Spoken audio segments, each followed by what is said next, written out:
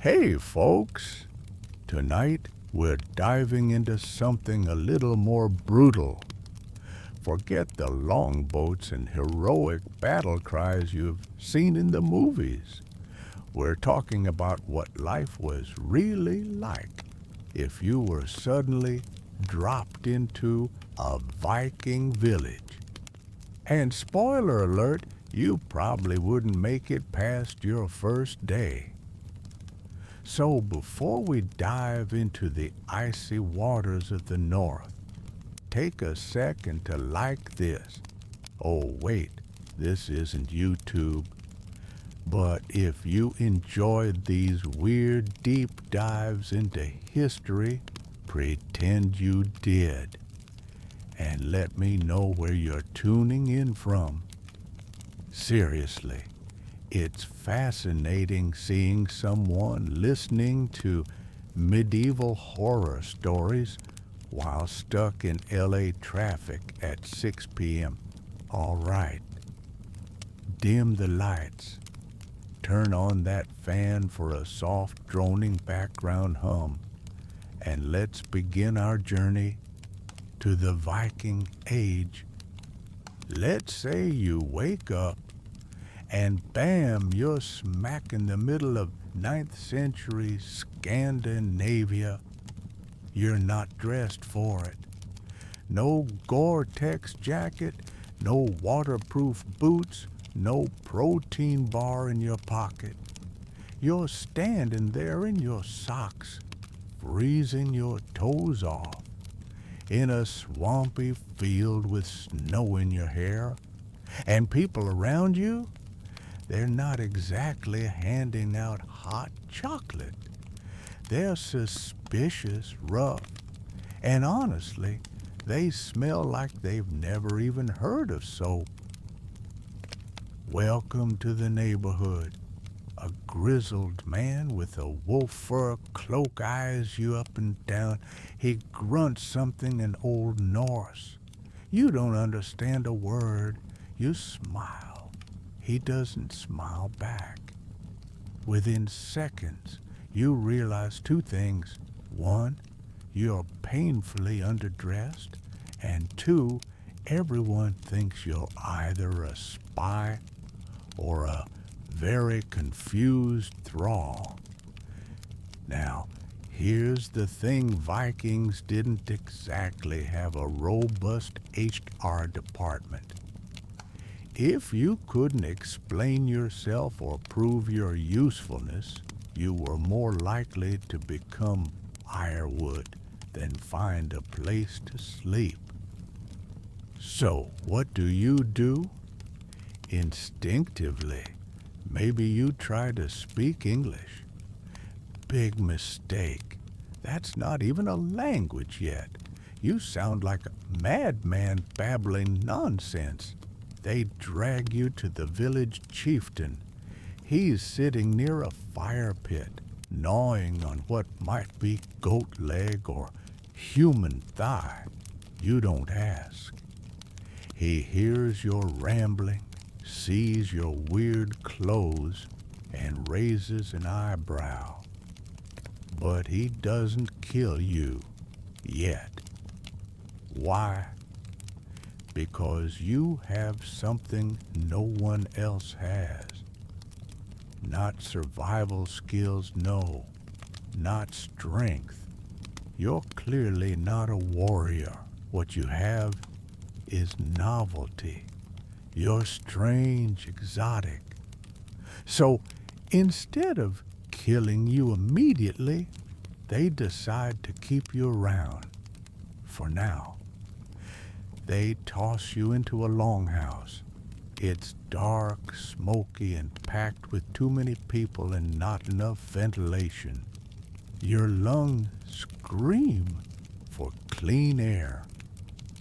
You can't sleep not because of fear, but because someone's snoring like a walrus with a chest cold. Morning comes. The village wakes with the sun, and surprise, you're expected to work. Not go make coffee and check your email work. No, we're talking chop wood, gut fish, shovel waste, and maybe not die of frostbite kind of work. You try helping, you really do, but you've never held an axe in your life. You swing it, miss the log, and nearly chop off your own foot.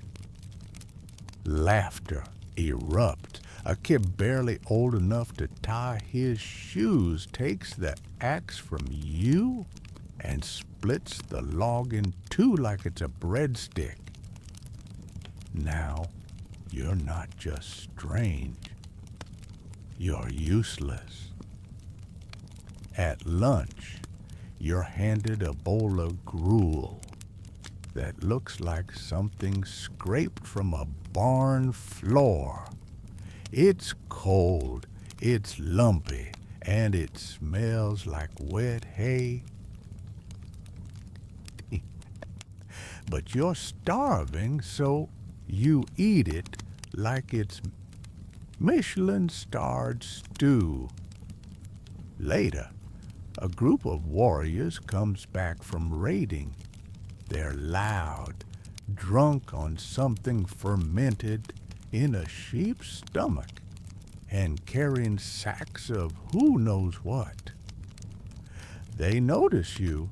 One points and asks something. Another says a word that sounds a lot like sacrifice. You laugh nervously. Bad move. They take it as a yes. You're dragged to the central square. The villagers gather. You think this is the end. But just before anything happens, the chieftain steps in again. He waves them off, grumbles, and points to a pig pen. You've just been reassigned. Welcome to your new job, pig keeper. You spend the rest of the day knee-deep in mud, trying not to gag from the stench.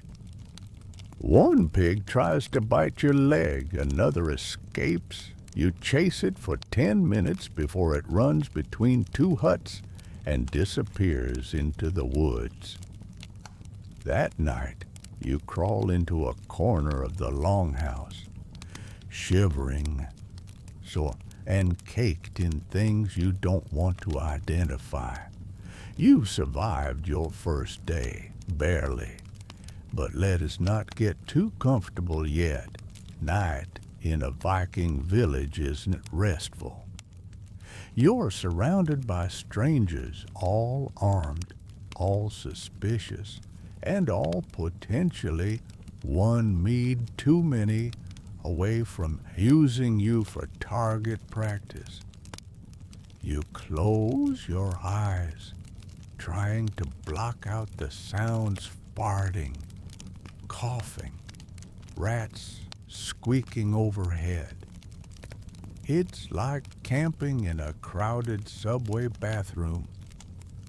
You finally drift off, only to be kicked awake at what feels like 4 a.m.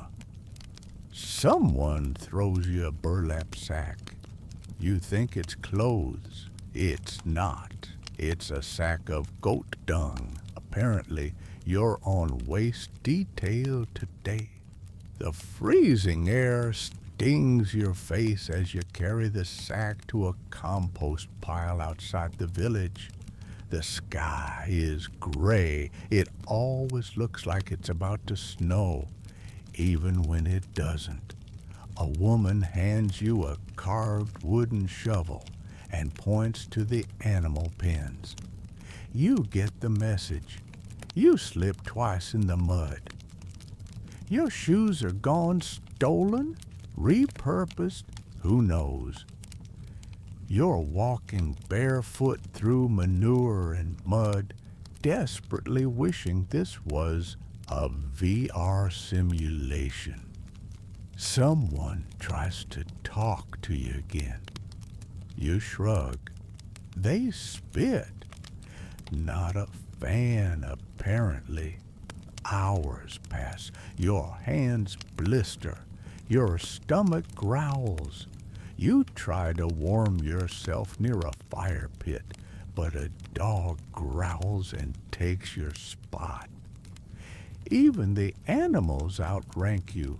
You find a moment to sit alone, trying to make sense of your surroundings. The kids run by, laughing. One throwing a snowball that hits you square in the eye. The other cheers like he just won an Olympic medal. Evening falls. You're not invited to the feast. Of course there's a feast. Some poor village on the coast got raided, and now everyone's celebrating their victory. You get a cold piece of dried fish and a crust of bread harder than your sleeping spot. You sneak a look at the celebration. Firelight flickers on painted shields and bearded faces. They're singing off-key but enthusiastic. A warrior passes out mid-song and is dragged away by two others like it's completely normal. No one blinks. You head back to the longhouse. Your corner has been taken. You find a new spot, nearer to the door and colder. You curl up, bones aching, stomach turning, and wonder, is this really better than modern life? Probably not. But hey, you're still breathing. That's more than a lot of people could say in the Viking Age.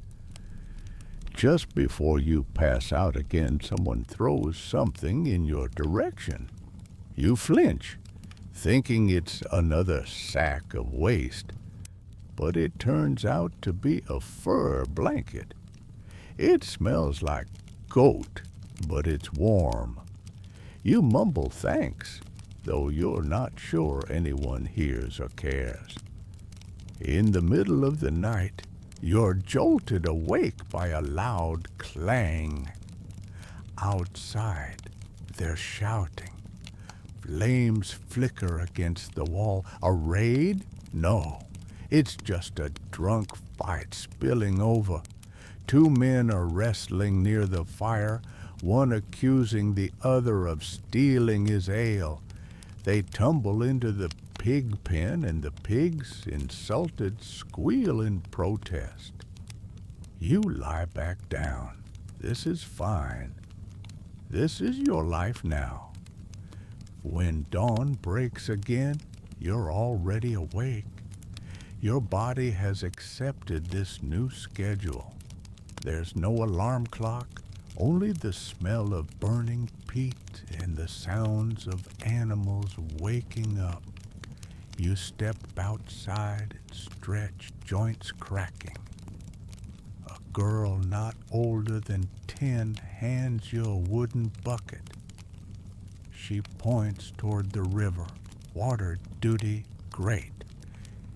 You take the bucket and trudge through the frost-covered path, your breath a cloud in front of you. At least the river view is nice. You crouch, scoop water, and feel a small moment of peace.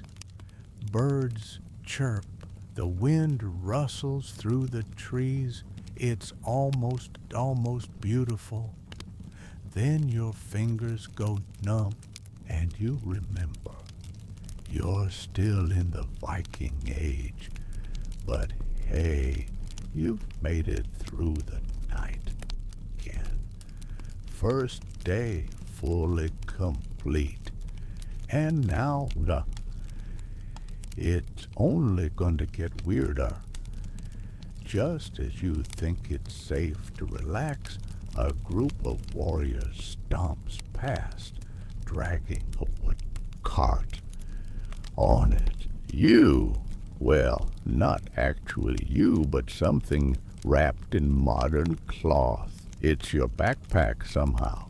You lunge forward, shouting, pointing. It's the first time they've seen you animated, and now they're interested. They open the bag. Inside, snacks, a flashlight, a plastic water bottle. Their minds are blown. One of them bites into a granola bar and nearly cries from the sweetness. Another switches on your flashlight and screams, dropping it like it's cursed. You realize you're not useless anymore. You're a wizard. Congratulations. You're officially promoted from pig keeper to village sorcerer. You have no idea how long that'll last, but for now, you've got shelter, food, and a weird kind of respect. Not a bad ending for day one. You're still alive, miraculously. Day two in the Viking village begins not with bird song, but with someone throwing a wooden cup at your head. Up! Sorcerer makes no magic in sleep, a voice shouts, followed by laughter. You groan, rubbing your temple. It's not even dawn yet, and you're already being mocked by people who think breakfast is dried fish and a chunk of moss-covered bread. You stumble outside, blinking against the cold. The village is already alive. Smoke curls from roof holes. Kids chase geese through the mud. And two warriors argue over who gets to keep a cracked helmet. You're not sure if it's for fighting or drinking. Suddenly, someone shoves a stick into your hands. It's got feathers tied to one end and smells faintly of bad decisions. Magic staff, they say. You nod. Of course it is. Apparently, your flashlight performance from the day before has cemented your new identity. You're the village's resident wizard. And now they expect more. They want potions, fire, weather control. You can't even change your phone wallpaper without Googling it. But sure, let's conjure a thunderstorm. You try to stall. You point at the sky, wave the stick, mumble something about the moon's alignment. They ooh and ah. It buys you 5 minutes. But curiosity turns to demand. A large man who you're pretty sure was eyeing you for sacrifice 24 hours ago steps forward and drops a dead chicken at your feet. Bring her back, he says. You look down at the chicken. It's very dead, very limp. You look back up, smile nervously, and start performing what you hope looks like a solemn ritual. You wave your hands. You close your eyes. You whisper nonsense. Nothing happens. Everyone stares. You panic. You reach into your backpack and pull out a pack of mints. You pop one in the chicken's beak, pat it on the head, and stand up tall. It is done, you declare. Silence. Then the man squints. He picks up the chicken, sniffs it, nods, and says, "Smells stronger." The crowd cheers. And just like that, your legend grows. Later that day, you're invited to the woods. A hunting party is heading out, and they want their lucky charm you to come along. You try to explain that you can't hunt, can't track, can't even run without wheezing like an old accordion, but they insist. You're handed a spear. It's taller than you, heavier than it looks, and smells like the last person who held it didn't believe in hygiene. The group sets out, and you stumble after them. The forest is dark, dense, and full of sounds you don't recognize. Branches snap, birds scream, and at one point, something growls. You pray it's your stomach. After what feels like hours, the group stops. They spot a boar, a real one, massive, covered in mud, eyes like a demon. The leader whispers something. You think it means stay quiet, but who knows? He motions for you to step forward. You laugh. They don't. The boar snorts, then charges. You scream, throw the spear blindly, and dive behind a tree, and there's chaos, shouting, running. One guy jumps into a bush. The boar disappears into the trees. When you peek out, the spear is gone. So is the boar. But somehow, no one is dead. The leader claps you on the back, grinning. Great distraction, he says. Apparently, surviving is now considered magical. Back in the village, they're preparing for a feast. Not because of you, definitely not, but because the harvest gods have smiled upon them. You suspect the smile was actually a lot of hard work and manure. But who's asking? Your new job is to bless the food. You're handed a wooden spoon and a bowl of stew so thick you could patch a roof with it. You wave your hands, whisper some words, and sprinkle salt from your emergency snack kit. They eat it. They survive. You're a hero. By nightfall, you're sitting near the fire. For the first time, no one's throwing things at your head. One of the elders hands you a drink. It's awful, but it's warm. You sip and try not to wince. A woman with wild braids and a hawk feather in her hair leans in. She studies your face, then asks, "Are you really from the land beyond the ice?" You nod. She smiles, taps your forehead, and says, "Then you must be strong. Only the gods send fools with soft hands and clever tricks." You laugh, genuinely this time. As the fire dies down, you're handed a new task. The chieftain wants a charm for protection from raiders, wolves, or maybe just bad dreams. You're not sure, but now you're crafting talismans out of chicken bones and twine, pretending you know what you're doing. You tie knots, mutter Latin-sounding gibberish, and hold the charm aloft. The villagers gasp. One of them kneels. This is getting out of hand.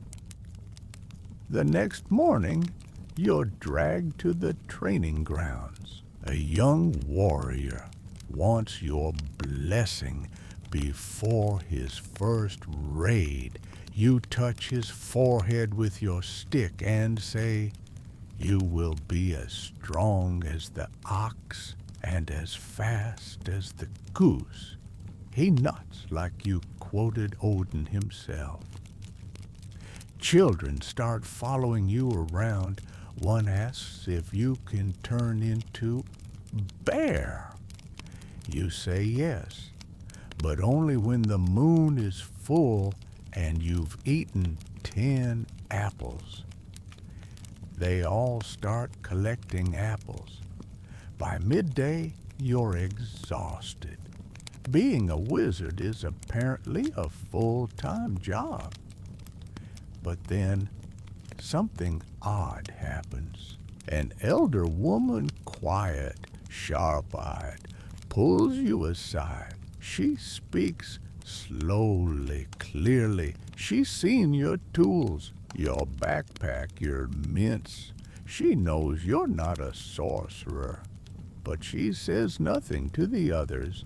Instead, she says, magic or not, you bring change that is its own power. You sit with that for a while. Maybe it's true. Maybe you don't need to light fires with your eyes to be useful here. That night, you help repair a roof. You share some of your jerky with the kids. You help a man set a broken wagon axle with duct tape. And for the first time, no one asks for miracles. They just ask for your hands. Later, one of the warriors offers you a carved horn with a symbol you haven't seen before. Protection, he says. You thank him, awkwardly bowing, unsure of what the etiquette is. That evening, you're asked to tell a story, one from your world. You sit by the fire and spin a tale about giant metal birds that fly and glass boxes that show moving images. The children's eyes go wide. One whispers, "He is a god." You don't argue. When the fire burns low, someone sings. It's low, haunting, in a language you can't understand but somehow feel. It's the kind of song that sinks into your bones. You hum along. You close your eyes. For a brief moment, you forget you don't belong here. Just as you're about to call it a night, a young boy approaches you with a strange object, a smooth carved stone with odd markings. He says he found it near the river and believes it to be magical. You look at it. It's just a rock. But to him it's powerful. You kneel, examine it closely, and whisper a few nonsense words. The boy's eyes widen. "It's a moonstone," you say solemnly. "Only brave hands can hold it." He clutches it like treasure and runs off beaming. You realize this is what you've become. Not a real sorcerer, not a warrior, not a leader, but a symbol. Someone who makes others believe. Someone who gives comfort in a horrid, freezing, unpredictable world. And maybe, just maybe, that's enough. Day 2, survived. Completely. And for the first time you'd sleep peacefully. You wake up on day 3 not to shouting or a wooden cup or a pig in your face, but to silence. Soft, still, For the first time since arriving, the village feels calm, eerie almost. You sit up, expecting chaos, but all you see is frost on the ground and smoke quietly rising from the longhouses. Outside, a light snow has fallen. It's making on little snow figures, not snowmen, but creatures. One has endless, another has 6 arms. No one seems concerned. You pull your cloak tighter and step into the. Someone sees you and shouts. Your skywalk has awoken. You sigh. That's apparently your name now. You wait, try not to trip on the frozen firewood. The chieftain approaches. He's wearing a cloak heavier than yours and has a bone charm in one hand. We need you today, he says. We go to the stone. You have no idea what that means, but you nod. Turns out the stone is a massive standing slab deep in the forest, covered in ancient carvings and surrounded by snow-laden pines. It looks more druidic than Viking, but they say it's sacred. They say it listens. A procession forms. The villagers dress in fur and feathers. You are given a crown made of twigs and goat teeth. You try not to gag. The elder woman from before hands you a satchel of ash. For the circle, she says. Draw the signs. You hesitate. She sees the doubt in your eyes. They don't have to be right, she says quietly. They just have to believe. So you walk with them, through knee-deep snow all the way to the stone. When you arrive, you draw circles and symbols, trying to copy the ones already there. They kneel, they hum, they wait. You say a few vague poetic things about the wind and strength and ancestors. It sounds ridiculous to you, but no one laughs. A raven lands on the stone, gasps. You freeze. The chieftain bows. The others bow. You bow. It flies away. They cheer. You don't know what just happened, but apparently you did great. Back in the village, someone is ill. A fever. You're rushed to the longhouse. The man is sweating, shaking. They look at you like you can stop death. You take his hand. It's burning. You grab your backpack, your last packet of ibuprofen. You give him one pill, say some made-up chant, and place a cold cloth on his forehead. They watch. Hours pass. He sleeps. When he wakes, not dead, they act like you resurrected him. His wife kisses your hand. You try to explain what a fever reducer is. No one listens. You're a healer now, too. That evening, they bring you other cases. A twisted ankle, a rash, a toothache. You do your best, bandages, boiling water, chewing herbs like you saw in a documentary once. One guy hands you a frog and asks if it'll help. You blink and say, yes, but only if you rub it on your elbow at sunset. He walks away proud. That night, the villagers throw another feast, this time in your honor. Kids dance around you wearing fake beards and paper stars. Someone carves a wooden idol with your face on it. It's terrible. It looks like a melted candle. You love it. A young man asks to become your apprentice. You almost choke on your drink. But he's serious. He wants to learn your ways, your power, your flashlight tricks. You say yes. Why not?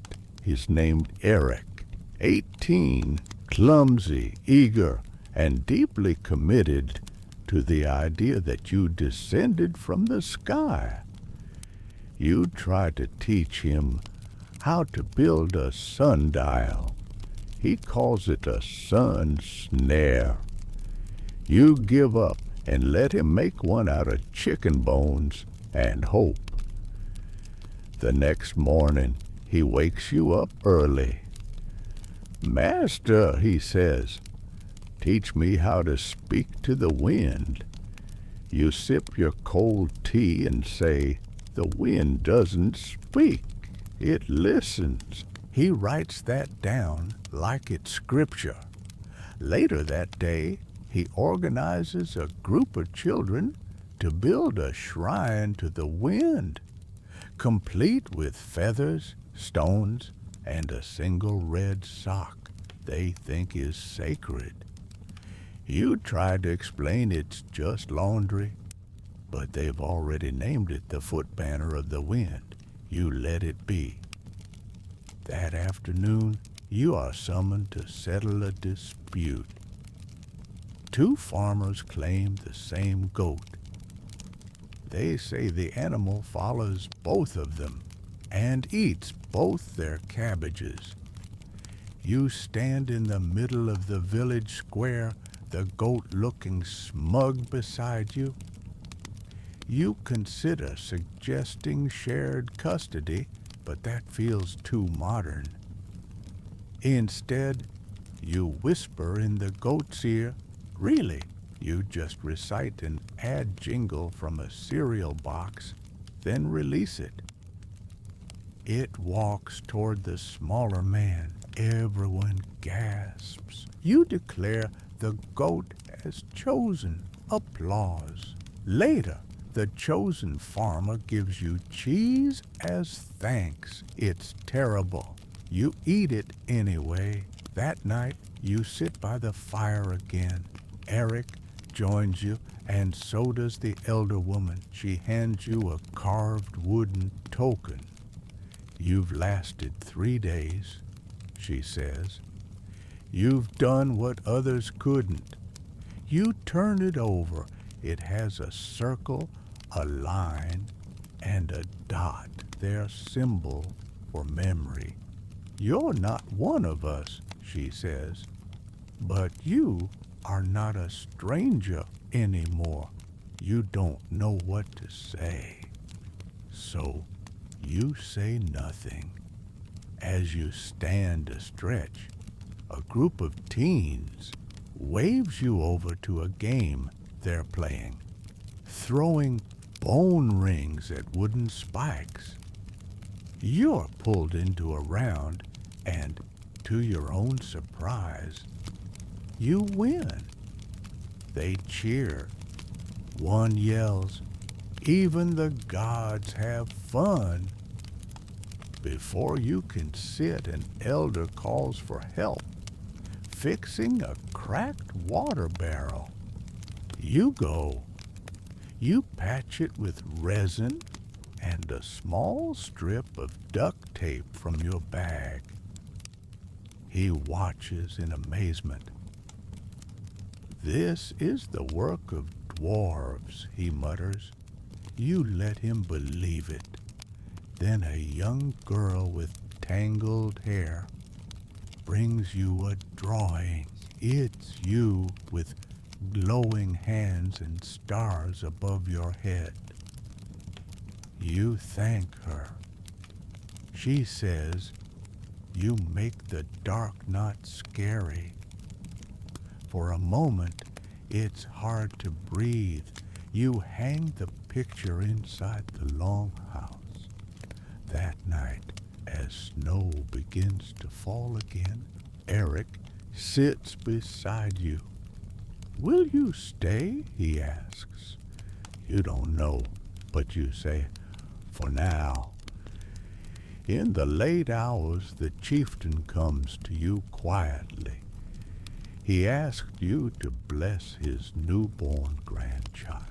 You follow him into the home where a tiny wrinkled baby lies bundled in wool. You press your fingers gently to the child's forehead, mutter something about stars and strength, and tie a piece of thread around the baby's wrist.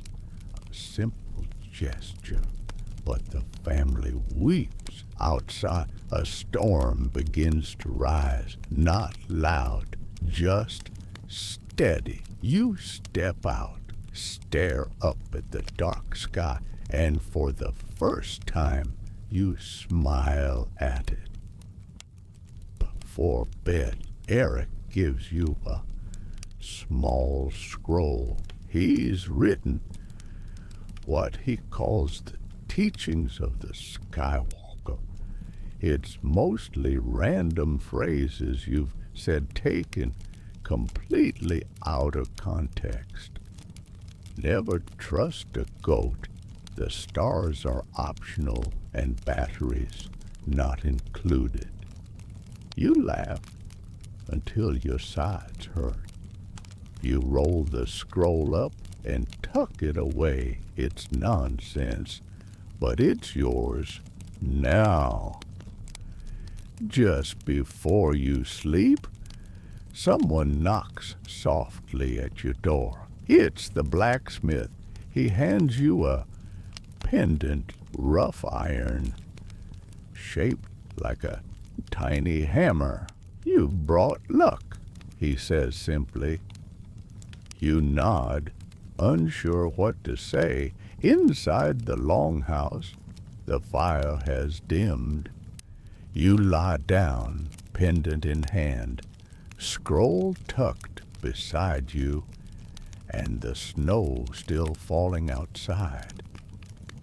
You're not just surviving, you're living.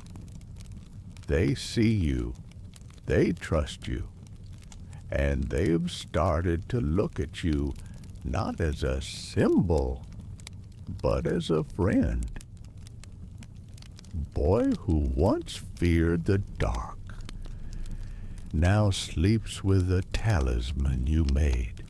A mother who wept for her child's fever now brings you soup with a smile. One man even asked if you could name the stars, and you did. Made up every single one, pointed at random, and said things like ox's tooth, the wandering beard, and the big spatula. They believed every word, not because you were right, but because you cared enough to answer. You curl into your blanket. The night is quiet. But before your eyes close, someone shuffles in. It's the same boy with the moonstone from before. He's carrying a bundle, 3 rocks, 2 feathers, and a stick. For your magic, he whispers. You smile, take it solemnly, and arrange the items on the floor as if you know exactly what you're doing. The boy nods and runs off, satisfied. Moments later, a loud knock echoes through the village. A hunting party returns, dragging a massive stag. They chant something in a language you still don't understand, but the rhythm gets into your bones. They beckon you to touch the animal's antlers. You hesitate, then do it. Everyone cheers. Apparently, you just blessed the winter hunt. That night turns into music and shadow dancing. Eric grabs a drum and thumps a beat, while others chant. You don't know the words, but you join in. You clap, you laugh. A toddler hands you a wooden spoon and insists you bang it on a pot. You oblige. Chaos ensues. It's perfect. When it all winds down, the fire crackles low, casting orange light on painted faces. A girl asked you to tell a bedtime tale. You make up a story about a bear that became a tree. Half the kids fall asleep halfway through. The rest ask for drawings. You fall asleep with chalk in your hand and a blanket across your feet, one someone placed over you when you weren't looking. Day 3 ends not with awe, not with fear, but with belonging. And this time, even your dreams feel like home. Just before dawn, you wake to soft footsteps outside.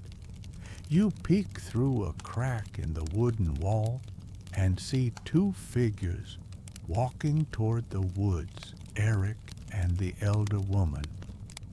Curious, you quietly follow. They stop at a stone ring near the tree line.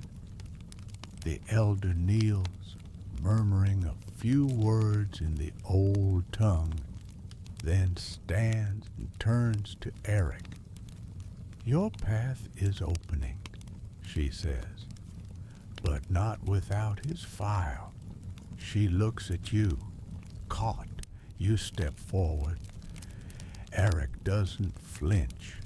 He smiles. We wanted to ask you to bless the spring journey, he says. Spring journey.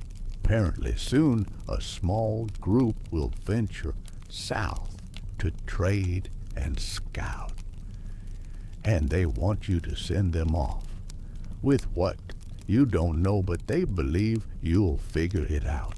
So you speak quietly about courage and curiosity and the sun that always returns.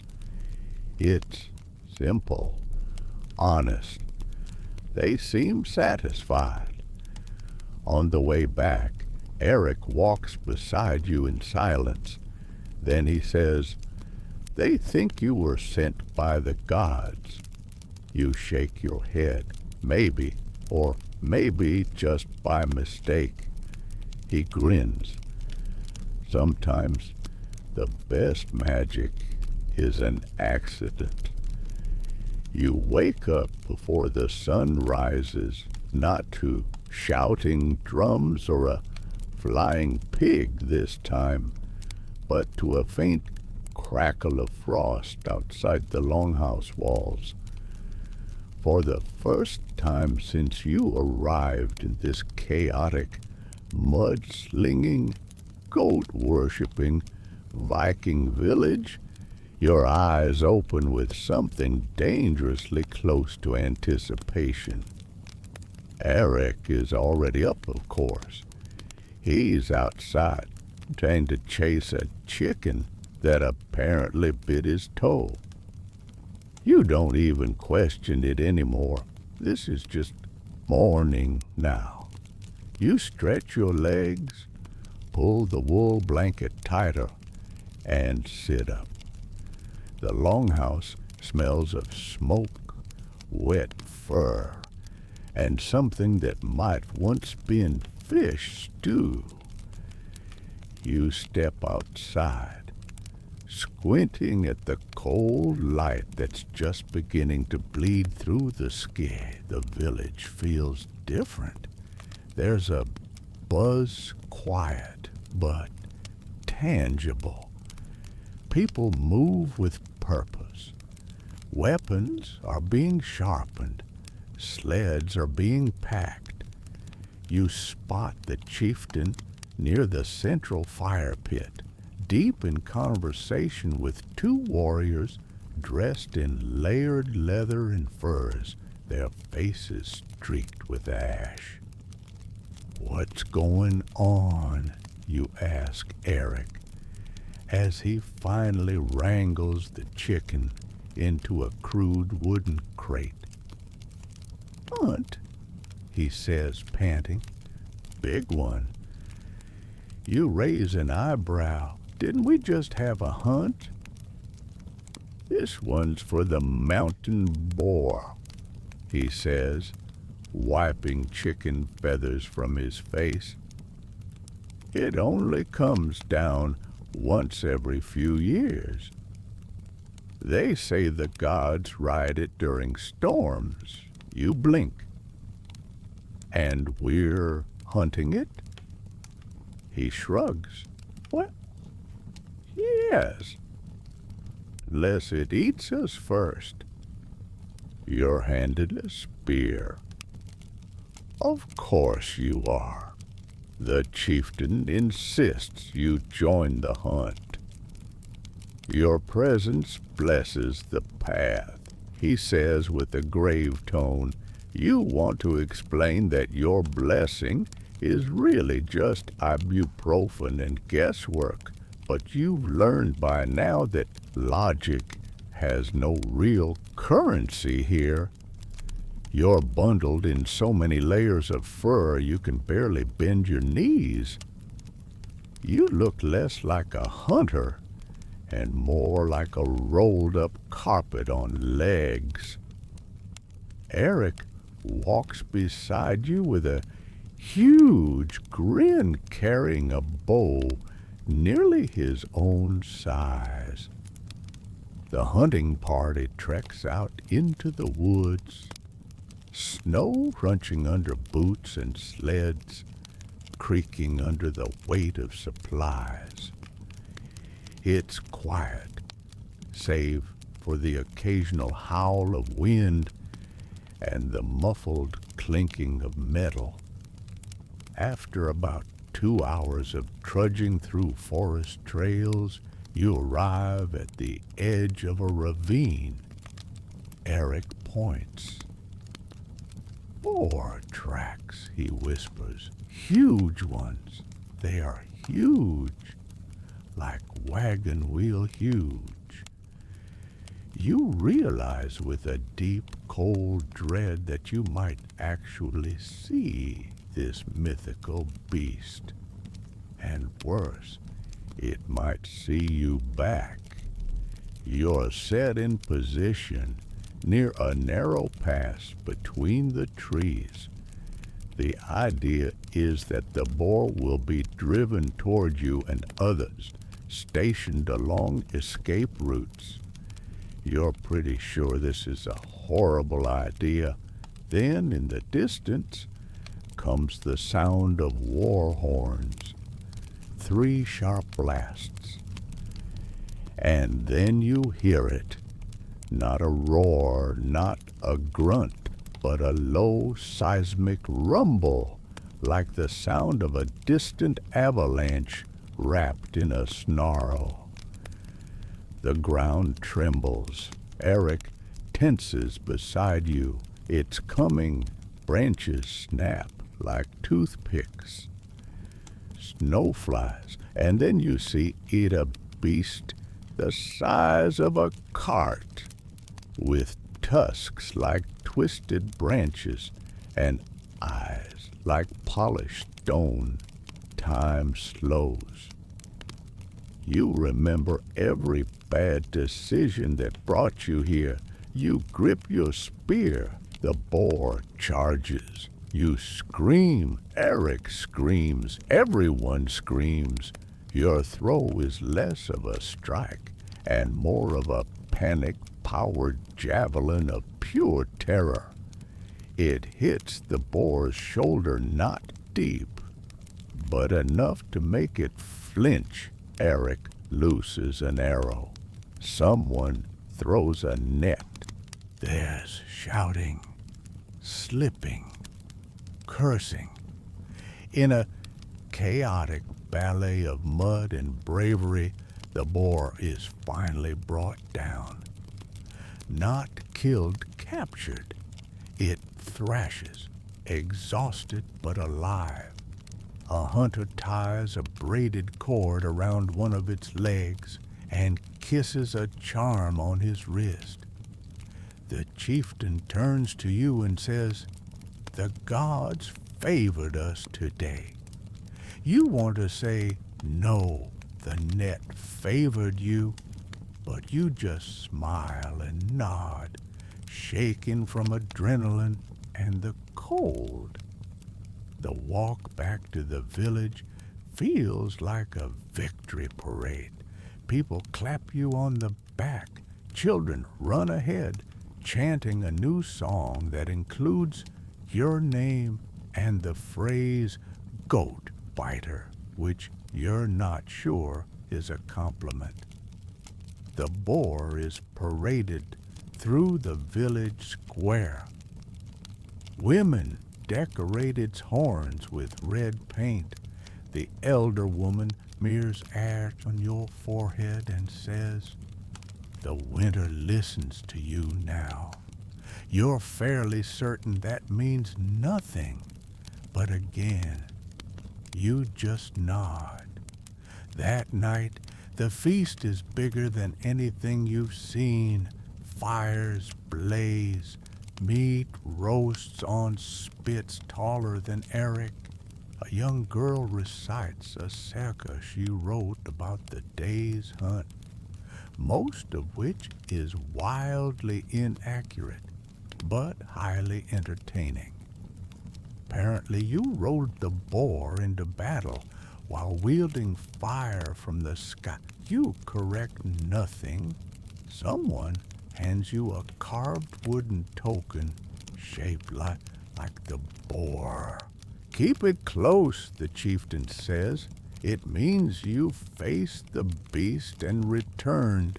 You're tired, sore, confused, but oddly proud. You didn't die again. Day 4. Survived, but something has changed. You didn't just survive this time. You contributed. You belonged." Later that night, you sit on the edge of the fire circle, your legs aching, hands still covered in smudges of ash and meat grease. Someone has placed a fur over your shoulders. You didn't see who. You didn't ask. Across the fire, Eric is teaching 2 toddlers how to mimic the boar's snort. They're surprisingly good at it. You close your eyes and breathe deep, but rest is short-lived. The elder woman sits beside you, hands folded in her lap. "Tomorrow," she says softly, "the sea calls." You open one eye. "The sea?" She nods. Every winter we visit the shore to speak to the winds, to listen, to offer what we've gathered." You glance at Eric, who has now progressed to snorting and rolling in the snow. "Do I have to go?" She smiles. "You are the storm walker now. Of course you do. You wake before dawn again. You don't know if it's the cold or the nerves, or simply that your internal clock has surrendered to this new rhythm. A small group gathers. The chieftain, the elder, Eric, and a few others. You're given another satchel, this one filled with salt, a carved wooden charm, and dried seaweed. You don't question it. The walk to the sea is long, cold. Snow gives way to icy mud. Trees thin and then vanish. The wind grows fierce and salty. Finally, you reach it. The ocean. It's not calm. It never is. It's a beast of its own, crashing and clawing at the frozen shore like it wants to swallow the land. The elder steps forward, holding her arms wide. She begins to chant, low and deep, like the hum of the earth. Others join, even Eric hums beside you. You're handed the satchel. You hesitate. Then slowly you walk toward the edge, water licking at your boots. You toss the offerings into the sea. Salt, charm, seaweed, and then impulsively you add something else. The wooden boar token. You pause only for a second, then let it fall.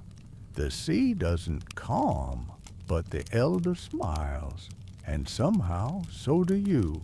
The walk home is silent, not solemn, just still. Even Eric walks without speaking, lost in thought. When you return, the village is quiet. Fires burn low. Snow falls in lazy spirals. Inside the longhouse, you sit with your back against the wall, a cup of something warm in your hands. Eric eventually joins you. You threw the boar token, he says. You nod. Why, you think, then say, because it was part of yesterday, and I think I'm ready for tomorrow. Eric grins. That's a very old thing to say for someone who still doesn't know how to saddle a goat. You both laugh. The kind of laugh that doesn't need to be loud. The kind that's shared. Later that evening, the chieftain stands in the center of the square and makes a declaration. He speaks in long poetic phrases, most of which you don't fully understand, but you get the gist. They want you to stay longer, indefinitely. You're not sure how to answer. You're not even sure who you are anymore. A visitor, a helper, a makeshift healer, some weird out-of-time lucky charm. But when the crowd starts cheering your name, well, your title, you smile. Because for now, that's enough. That night, as you lie down by the fire, Eric tosses a new carved token beside you. This one isn't a boar. It's a goat.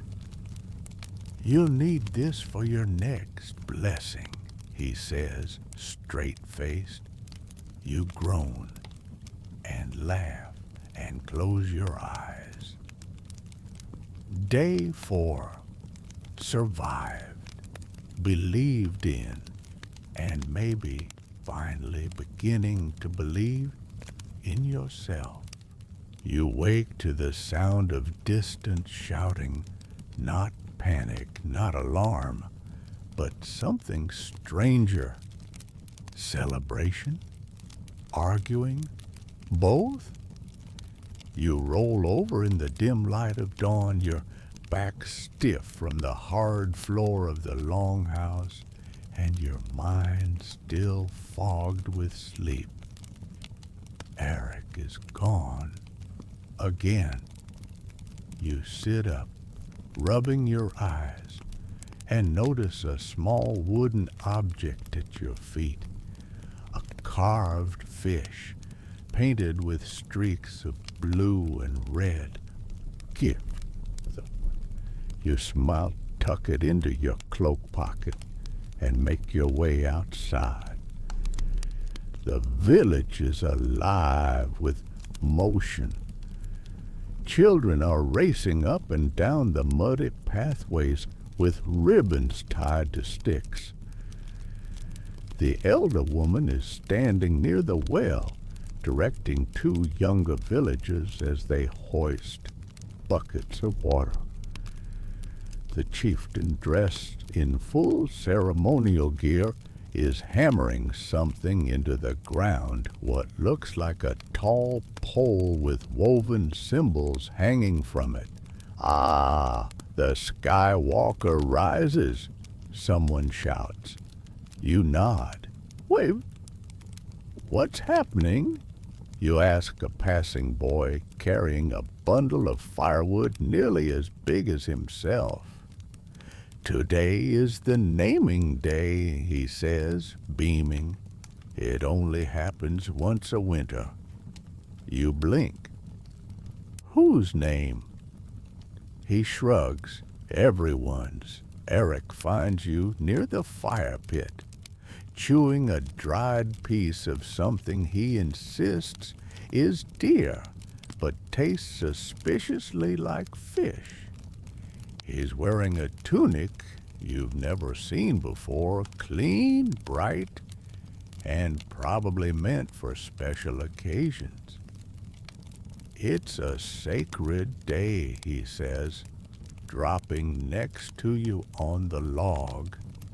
We celebrate stories, names, lineage, the long line of threads that make up who we are. You glance around. Everyone is busy, preparing, painting faces, twisting wreaths, sharpening spears, but more for show than for war. I don't have a thread, you say.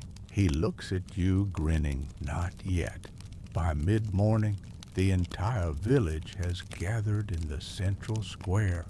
A raised platform of wood has been built overnight. How you're not sure, and people begin standing upon it one by one to recite tales, not just any tales, family stories, deeds of parents, grandparents, even legendary ancestors you're pretty sure are at least 70% myth. A woman tells of her great-grandfather who once wrestled a bear for stealing his bread. A young boy tells of his mother's bravery during a winter storm, carrying him on her back through waist-deep snow. Even the chieftain steps up, his deep voice echoing across the square as he tells the story of his own naming day and the omen of a double rainbow. Eventually, Eric steps up. He looks right at you as he speaks. This is the story of a stranger who fell from the sky, he begins, who didn't know our ways, our words, or how to keep a fire alive. There's laughter, but this stranger healed the sick, calmed the frightened, and named the stars. For us does wed forgotten. Now there is quiet. He has no lineage here, Eric continues, but he has become one of our threads. He steps down, and the crowd looks at you. You're pushed gently but insistently up onto the platform. For a moment, you freeze. Say something, you tell yourself. Anything. You clear your throat. I don't have a story, you begin. Not like yours. I don't have ancestors in these lands or gods that walked me into this place. I came here by accident. You look out at the faces watching you not with judgment, but with curiosity, respect. But if stories are what make us belong, you say, then he'll tell one. And you do. You tell them about your world, about the noise and the lights, about machines and wires, about your small apartment with the leaky faucet and the neighbor who always played music too loud. You tell them about feeling lost and about finding something unexpected here. When you finish, no one claps, not right away. Then slowly, one by one, they raise their hands, open palms to the sky. It's not applause, it's acceptance that night. A name is offered to you. The elder woman presents it with solemnity, carved into a piece of driftwood. Viderson, she says, child of the wind, you take it, you hold it, and something settles inside you. The celebration continues well into the night. Torches line the village paths, casting long, flickering shadows on the snow. Someone has brought out drums, another long wooden flute that sounds like wind through hollow trees. The air smells of roasted meat and pie. You find yourself sitting next to the chieftain near the largest fire. He's drinking from a carved horn, eyes half lidded, but sharp. You spoke well, he says. You nod. Didn't know what to say. The truth is enough, he replies. We're a people of stories, but also of silence. One makes the other stronger. You think about that for a moment, then lift your own cup. It tastes like fermented something you still haven't figured out what. Eric slides in beside you, holding a plate stacked with roasted roots and something that might be lizard. You're Vaderson now, he says, grinning. That makes me your brother. You raise an eyebrow. Is that how this works? It is now, he says, then nudges you. Come on. You haven't danced yet. You protest loudly, but it's no use. Minutes later, you're pulled into a circle of villagers, stomping, clapping, spinning. The rhythm makes no sense at first, but your feet eventually find it. You lose track of time, of shame, of anything outside the firelight. For the first time, you don't feel like you're pretending. After the dancing, you sit again.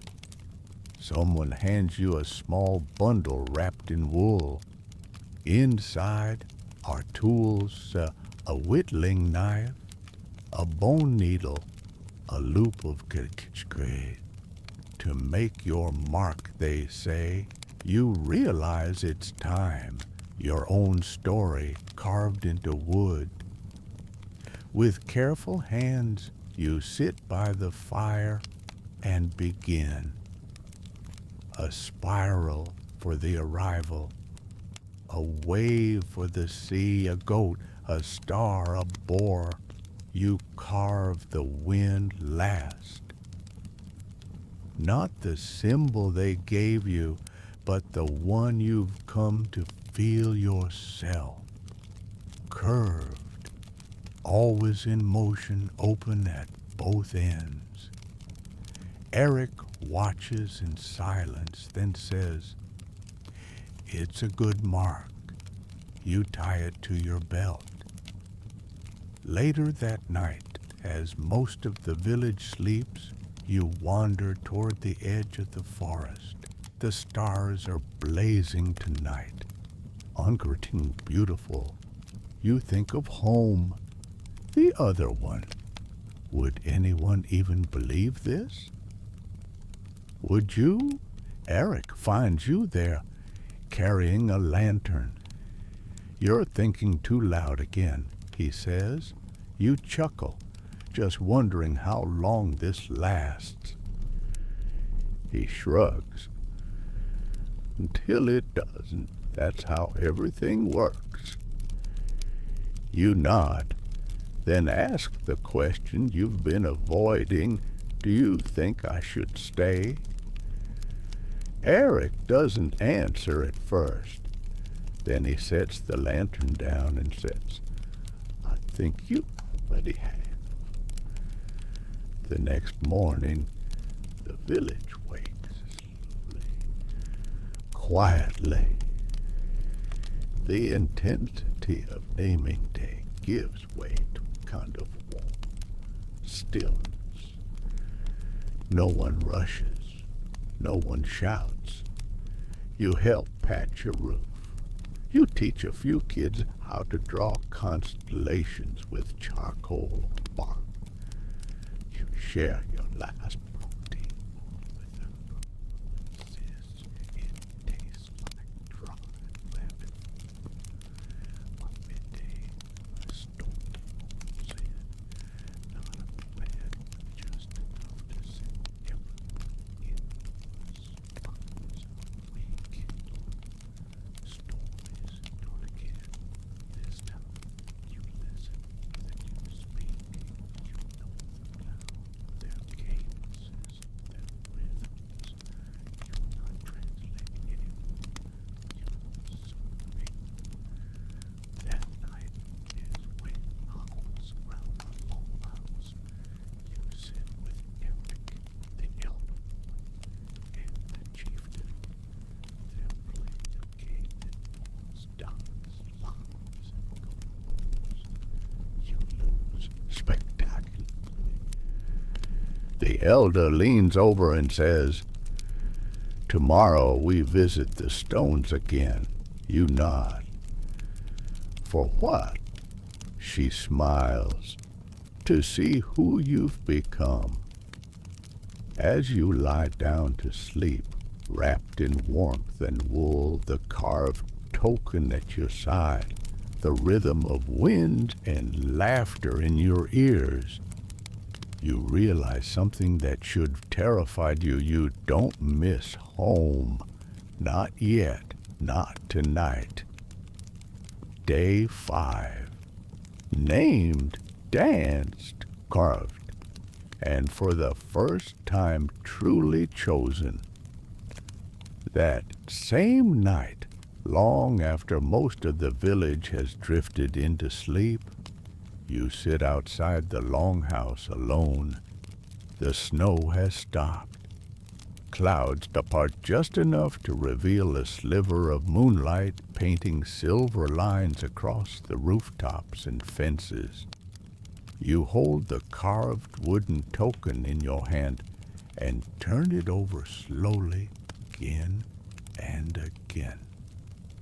Footsteps crunch lightly behind you. It's the chieftain. He sits beside you without a word, handing over a thick wool blanket.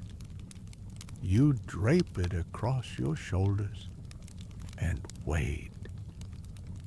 Years ago, he begins quietly, I found a wolf pup frozen under a pine tree, barely alive. I carried it home in my coat. Everyone said it would die, that it didn't belong in the village. You glance over, it lived, he says. It grew, it stayed, and though it was not one of us, it watched our fires every night. He looks at you now. It never howled like the others. But when danger came, it stood between us and the dark. You say nothing, just listen. Then softly you ask, and what happened to the wolf? The chieftain smiles faintly. It died, an old dog, guarding children who never knew it was once wild. The fire crackles faintly inside the longhouse. You don't need to ask why he told you this. You already know. You nod. Thank you, you whisper. He stands, pats your shoulder once, and disappears into the night. Later, as you finally drift toward sleep, a familiar voice murmurs beside you. Vederson. You open one eye. It's Arik again, lying on his back, staring at the ceiling. Just checking, he mutters. Still sounds like you. You groan. Go to sleep, I am. And somehow you believe him. Outside, the wind dances around the corners of the longhouse, gentle this time, like it's learned your name too, and this time it doesn't feel borrowed, it feels earned. You ever think your job sucks? Maybe your boss scheduled a meeting at 7 a.m. on a Monday, or your coworker microwaved fish again. But imagine this. It's the year 1347, and you just turned 12. That's it. You're a woman now. No, really, you're considered a fully grown adult because you've survived long enough to reach puberty, which was a miracle in itself. And congrats. That means you're now ready to marry a guy twice your age, start popping out babies, and most likely die in childbirth before you hit 30. Welcome to womanhood, medieval style. Hi, I'm talking to you from sunny San Diego, where the worst part of my day is running out of oat milk for my iced coffee. But back in the Middle Ages, being born a woman was like drawing the shortest straw in a game where the prize was a lifetime of pain, poverty, and powerlessness. And if you're wondering if that's a bit dramatic, let's dig in, because the truth is even worse than you think. Let's start with birth. If you were lucky, you were born into a peasant family. And yes, I said lucky. Because being born into nobility wasn't much better, just a different flavor of horrible. Peasant girls were often considered extra mouths to feed. If your family had too many daughters, it wasn't uncommon to be given away, married off, or, and this is grim, abandoned. If you were born noble, congratulations. You were now a political pawn. Your marriage was arranged before you even learned to write your name. At best, your future husband was rich. At worst, he was a warlord with anger issues. Now, let's talk education. Oh, wait, there wasn't any. Girls weren't taught to read unless they were being prepped for life in a convent. You want to dream of being a scholar? Forget it. You were trained in the noble art of sewing, housework, and, of course, obedience. That's right. The number one virtue in a medieval woman? Submission. If you had a thought, keep it to yourself. If you had an opinion, pray it away. Your brain was considered a threat unless it was focused on prayers and perfect embroidery. Puberty arrived fast, and with it came marriage. The average age for a first marriage was around 12 to 14. Girls often married older men, sometimes decades older. Your husband probably didn't smell great. Baths were rare, and dental hygiene was non-existent. Romantic, right? But your job wasn't to fall in love. It was to bear children, preferably sons, because daughters were seen as economic liabilities. Now, let's talk pregnancy. There were no ultrasounds, no prenatal vitamins, and certainly no epidurals. Midwives did their best, but childbirth was a game of Russian roulette. If you survived the delivery, there was still the looming threat of infection. And remember, no antibiotics. If your baby didn't survive, well, that was just how life worked. Infant mortality rates were sky high. And let's not forget, you were expected to just keep going, no matter how exhausted or broken you felt. Imagine losing one child and still having to care for 3 others while possibly being pregnant again. Grief? There was no time. Your worth was measured in your ability to produce and maintain life. And if you failed, society blamed you. Miscarriages and infertility weren't understood medically. They were interpreted as divine punishment or proof of moral failure. There were no sick days, no days off. Even menstruation didn't give you an excuse to rest.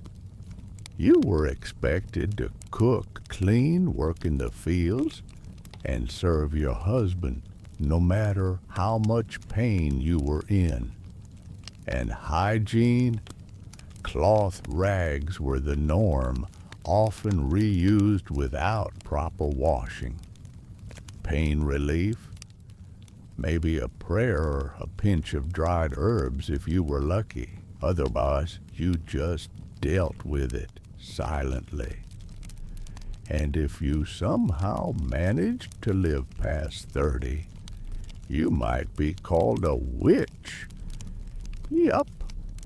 Especially if you were unmarried, outspoken, or God forbid knew how to mix herbs for healing.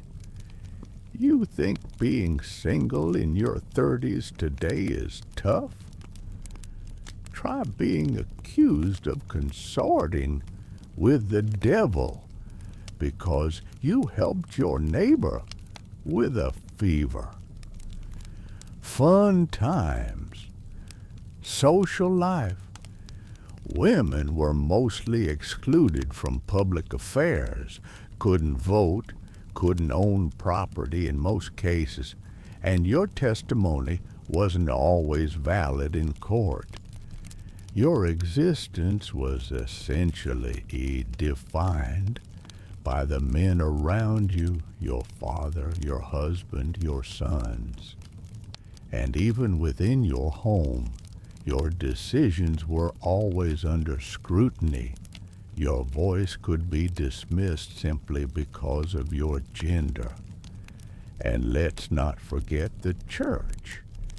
Religion was central to daily life, and it doubled down on the message that women were the weaker, morally corrupt gender, all thanks to Eve, who apparently ruined paradise for everyone. That original sin, yeah, that was basically your fault. So don't complain. Just be pious, obedient, and invisible. Every aspect of medieval life reinforced your inferiority. Fashion, designed to restrict movement, corsets, veils, heavy skirts, all symbolic and literal restrictions. Your worth, measured in dowries and how many children you could produce. Your voice, rarely heard. Even the laws were stacked against you. If you were assaulted or wronged, justice was a faraway dream. Most women didn't even bother reporting anything. What was the point? And beauty standards? Let's just say they weren't kind. Pale skin was prized, which meant avoiding the sun, hard to do when you worked outdoors. Plucking hairlines to make your forehead look larger was trendy. Yes, really. And being thin, not necessarily in vogue. A plump body was often seen as a sign of wealth and fertility.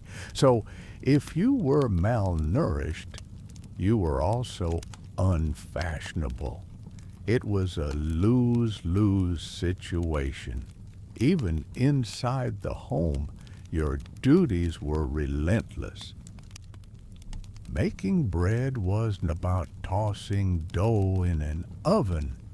It was grinding grain by hand, kneading for hours, and baking in stone hearths. Laundry day, try boiling water over a fire, scrubbing linens with lye soap, and hauling buckets from a well. There were no appliances. Everything was effort. Everything was time. You were up before the sun and still working after dark. Candles were precious, so most work had to be done during daylight. Your hands were calloused, your back ached, and no one thanked you. And if you did complain, you were labeled ungrateful. A good wife was silent. A strong woman was invisible. Sometimes, even other women upheld the same harsh rules. Mothers raised daughters to endure the same suffering. Grandmothers passed down lessons of silence, modesty, and patience. It wasn't always out of cruelty. They genuinely believed that was the only way to survive. When it came to fun, choices were limited. A festival day might offer some music or dancing, but only under the watchful eye of men.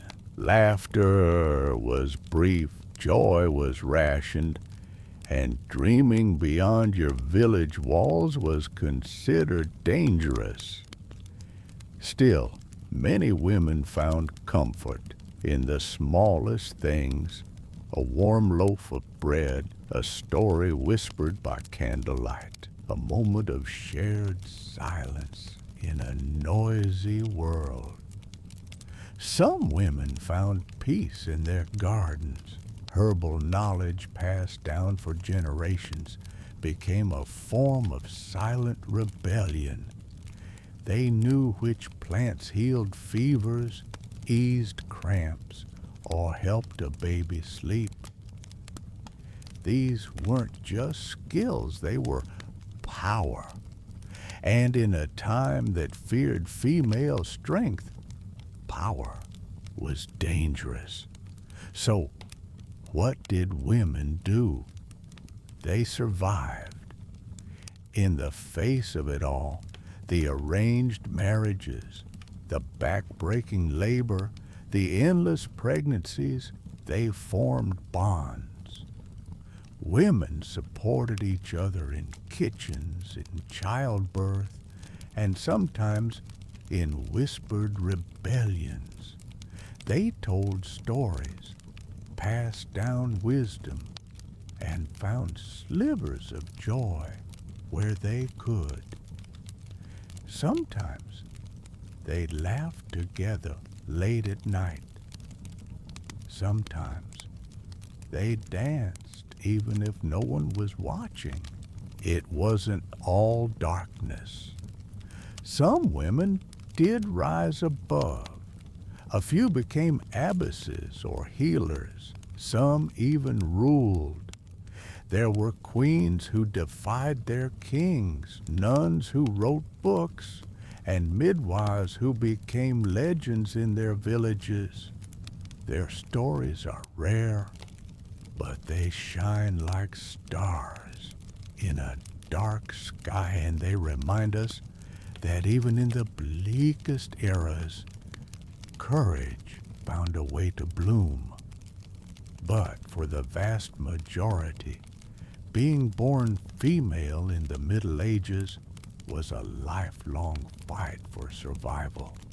And you didn't get to choose your weapons. There were no breaks, no timeouts, and definitely no second chances. You had to be strong not just physically, but emotionally, spiritually, and yet strength was the one thing no one ever praised you for. So, the next time your phone dies or you get stuck in traffic, remember, you could have been born in 1347, married off at 12, and dead by 30. Perspective. Ain't it great? And that's just the beginning.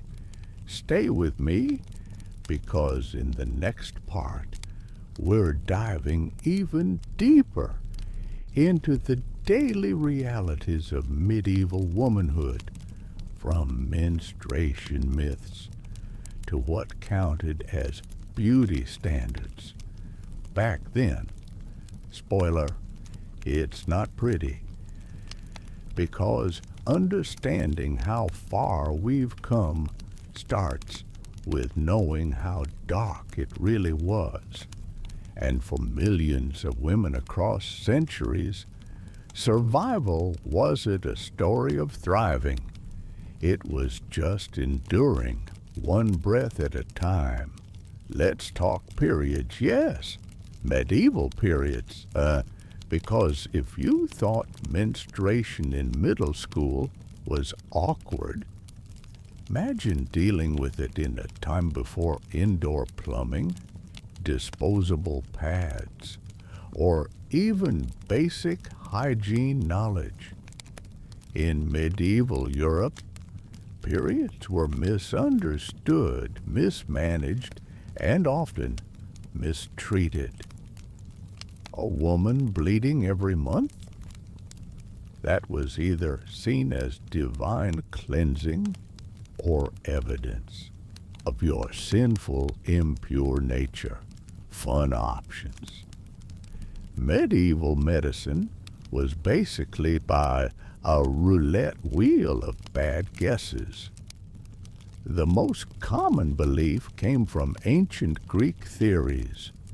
that the human body was ruled by four humors: blood, phlegm, black bile, and yellow bile. Women, it was thought, had too much blood. Hence, menstruation was seen as a way to balance a woman's body. If you didn't bleed monthly, people feared your blood would overflow and poison your brain. No pressure or anything. And what did women use for protection? Cloth rags. Not sanitized, not sterile, just reused strips of old fabric.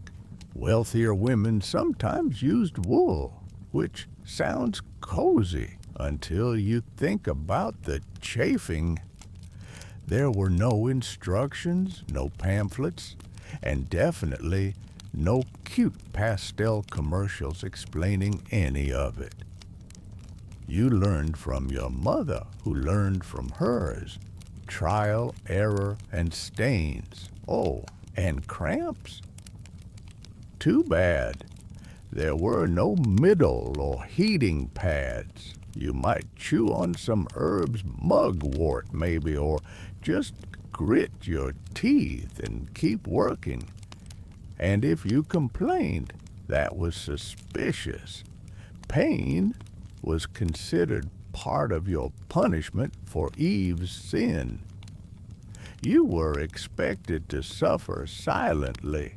After all, your pain was seen as sacred and ignored. Now, let's talk cleanliness. Baths were rare, sometimes monthly, sometimes annually. When you did bathe, it was in cold or lukewarm water, possibly shared with family members. Soap was made from animal fat and lye, and didn't exactly smell like lavender. So, during your period, you try to stay clean using water from a well, cloths, or if you were lucky, herbal washes. Infection was common, comfort was rare, and privacy? Forget it. Most homes had no private rooms. If you lived in a peasant household, you shared space with your whole family, parents, siblings, even livestock. There was nowhere to retreat. You bled, cleaned up, and went back to work.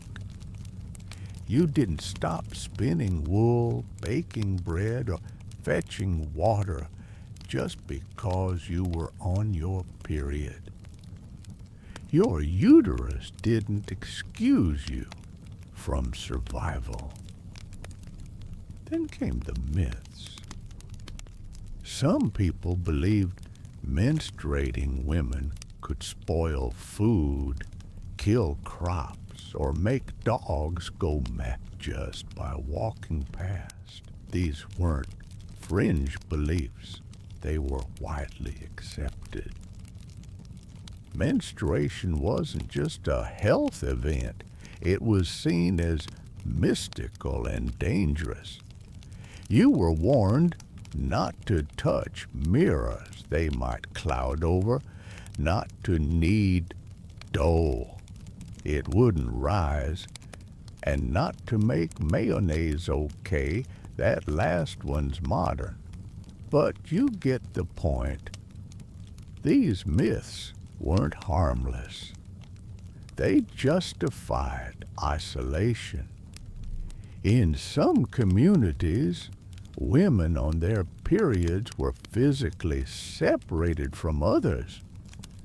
They weren't allowed to cook, attend church, or sleep in their usual beds. Your body became a monthly reminder of your otherness, and society treated you accordingly. No wonder women whispered about it rather than talked openly. And let's not forget pregnancy again. In a cruel twist, menstruation was also tied to fertility, which meant every missed period came with a mix of fear, hope, or dread. If you were married, it was your duty to conceive. If you weren't, a missed period could mean disgrace, danger, or worse. There was no way to test early, no one to confide in safely. You were expected to know your body, but never talk about it. So let's pause here. If you think this all sounds awful, you're right. But here's the thing, despite everything, women adapted. They shared knowledge in whispers, taught daughters what little they knew, and looked out for each other. They found herbs that helped. They passed on the tricks. It wasn't much, but it was resistance, and it mattered. And yes, all of this happened while the men in charge were busy writing books about how women were weaker, impure, and mentally unstable based on their own confused interpretation of biology. You can't make this stuff up. Now, imagine you're a teenage girl living through all of this. You're exhausted, in pain, and completely misunderstood. But you can't show weakness. You grow up learning how to hide discomfort, how to pretend nothing's wrong. You smile when you need to, nod politely, and keep going. The resilience these women showed wasn't a choice, it was survival. And they passed that endurance down to future generations like a silent inheritance. Even within marriage, periods could be used against you. Husbands might accuse wives of being moody or unclean. In some cases, women were denied marital intimacy during menstruation not out of compassion, but because of superstition or disgust. Religious law and folk belief blended into a tangled web of control where even your menstrual cycle was a reason to be judged, shamed, or avoided. And yet, there were pockets of solidarity. Women formed their own network.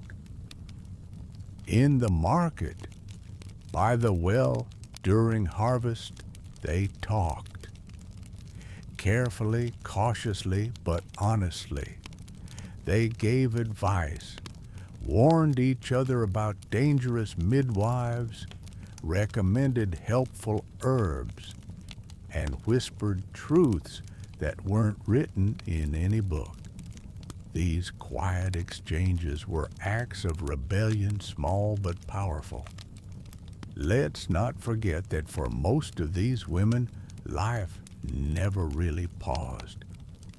You could be giving birth one week and back to field work the next. No rest, no recovery. If a woman died from complications, another woman stepped in to raise her children. Communities survived on the backs of these invisible efforts, on the strength of women who were expected to bear pain without acknowledgement. Even clothing made periods harder.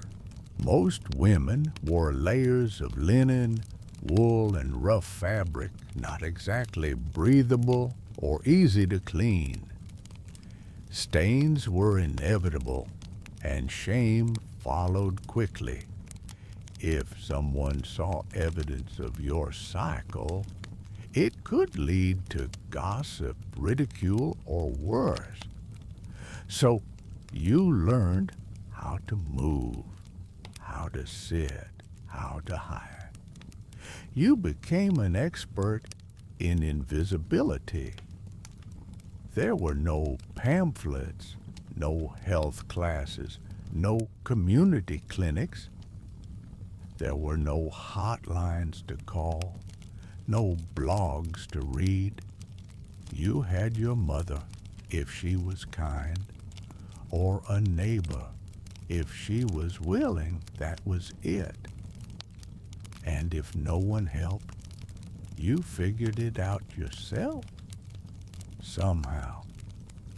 This wasn't just biology, it was identity. Every month, your body reminded you that you were woman, and society reminded you that being a woman meant shame, labor, and silence. And yet, somehow, you kept going. You built families, maintained homes, supported villages, all while bleeding in secret. And sometimes there were tiny moments of rebellion. A girl would whisper a joke to her friend about the absurdity of it all. A mother would teach her daughter how to make a better pad from softer cloth. A group of women would laugh together, hidden away from judging eyes, and find comfort in the fact that at least they weren't alone. Menstruation at the Middle Ages was not just a cycle, it was a test of strength, secrecy, and endurance. And every woman passed it, not because she wanted to, but because she had no choice. And here's the kicker. All this happened under the constant threat of being misunderstood, labeled, or worse, punished. A stain on your dress could spark a whisper. A rumor could ruin your family. Your entire identity was something to be concealed. That meant every girl became an expert in survival strategy, not just for her body, but for her dignity.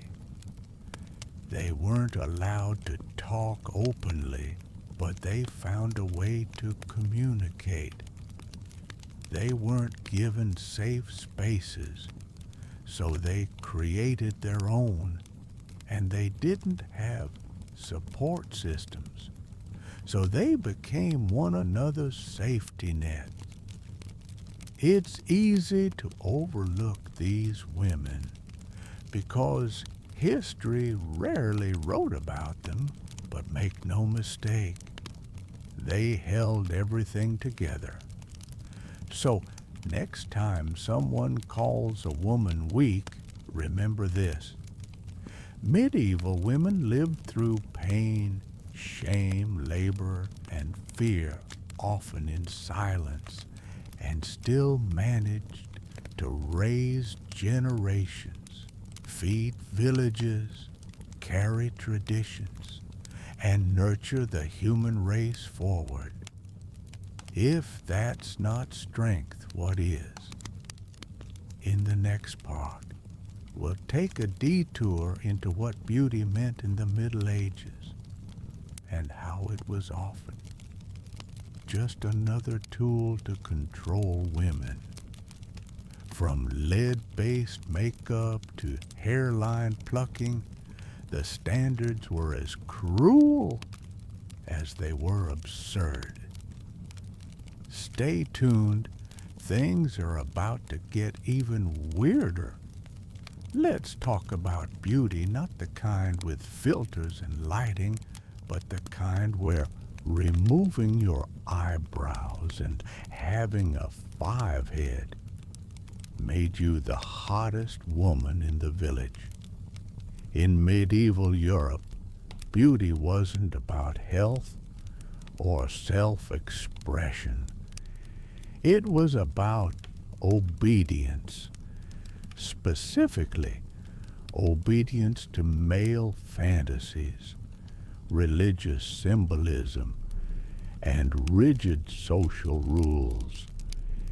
If you think modern beauty standards are exhausting, try the medieval version. They weren't just impossible, they were dangerous. For starters, let's talk foreheads. A high forehead was considered the pinnacle of elegance. The more empty space above your eyebrows, the more noble and pure you were perceived. So, what did women do? They plucked, shaved, or even burned off their hairlines. Yes, on purpose. They removed eyebrows entirely and reseated their hairlines with hot cloths or vinegar treatments. Imagine waking up early, not for eyeliner, but to make your face look like a blank canvas of piety. Why was this considered beautiful? Because it symbolized intelligence, chastity, and religious devotion. The less expressive or emotional your face looked, the more divine you were assumed to be. Basically, beauty was about erasing your personality.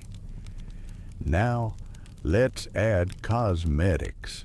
There was no Sephora, obviously, but medieval women had their own concoctions. Lead-based face powders were popular for achieving a pale complexion, a sign that you didn't labor outdoors like the peasants. The paler you were, the richer you looked.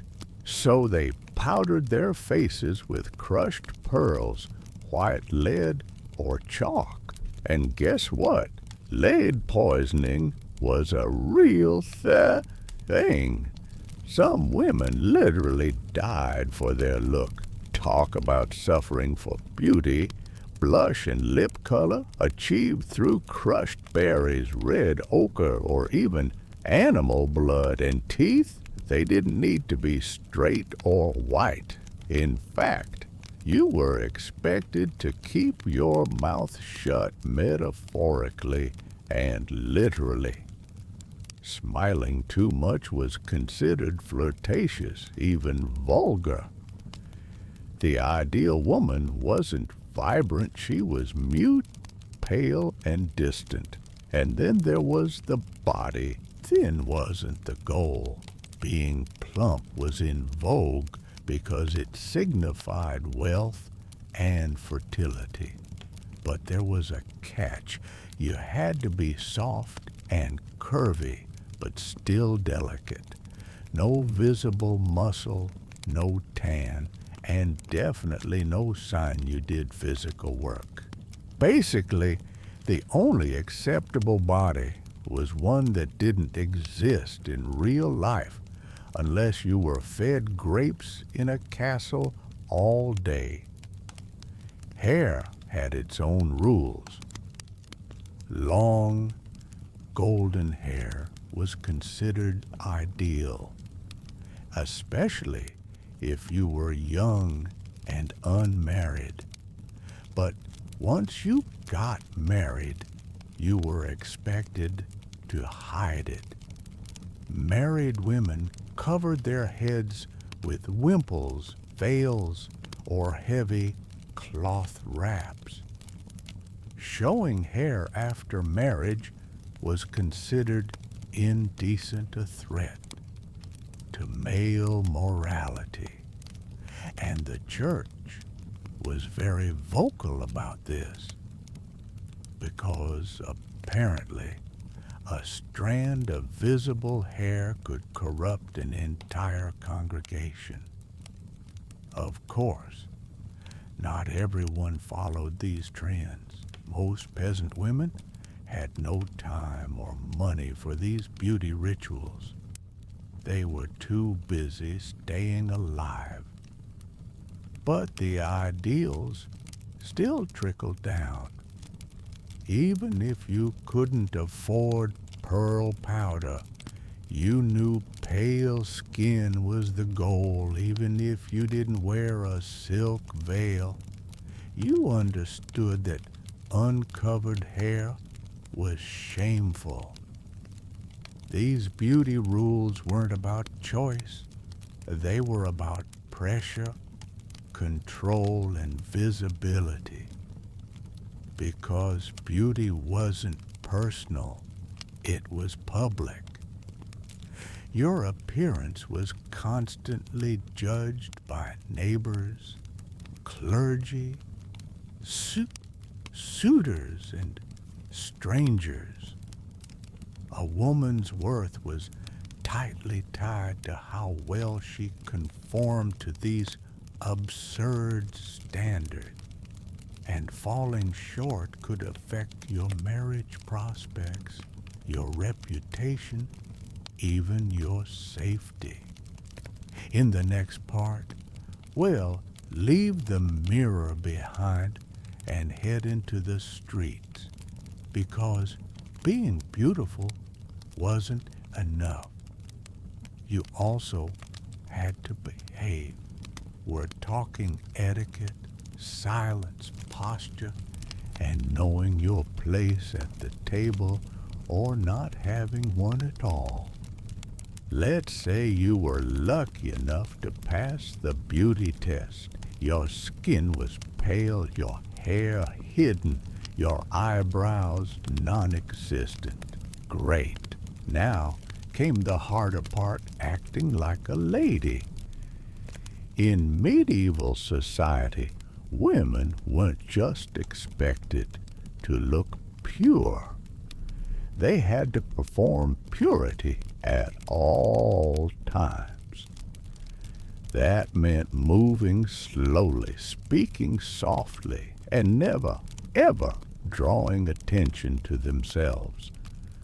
Posture mattered. You were taught to walk with small, measured steps, eyes lowered, hands folded. Loud laughter, scandalous. Running? Absolutely not.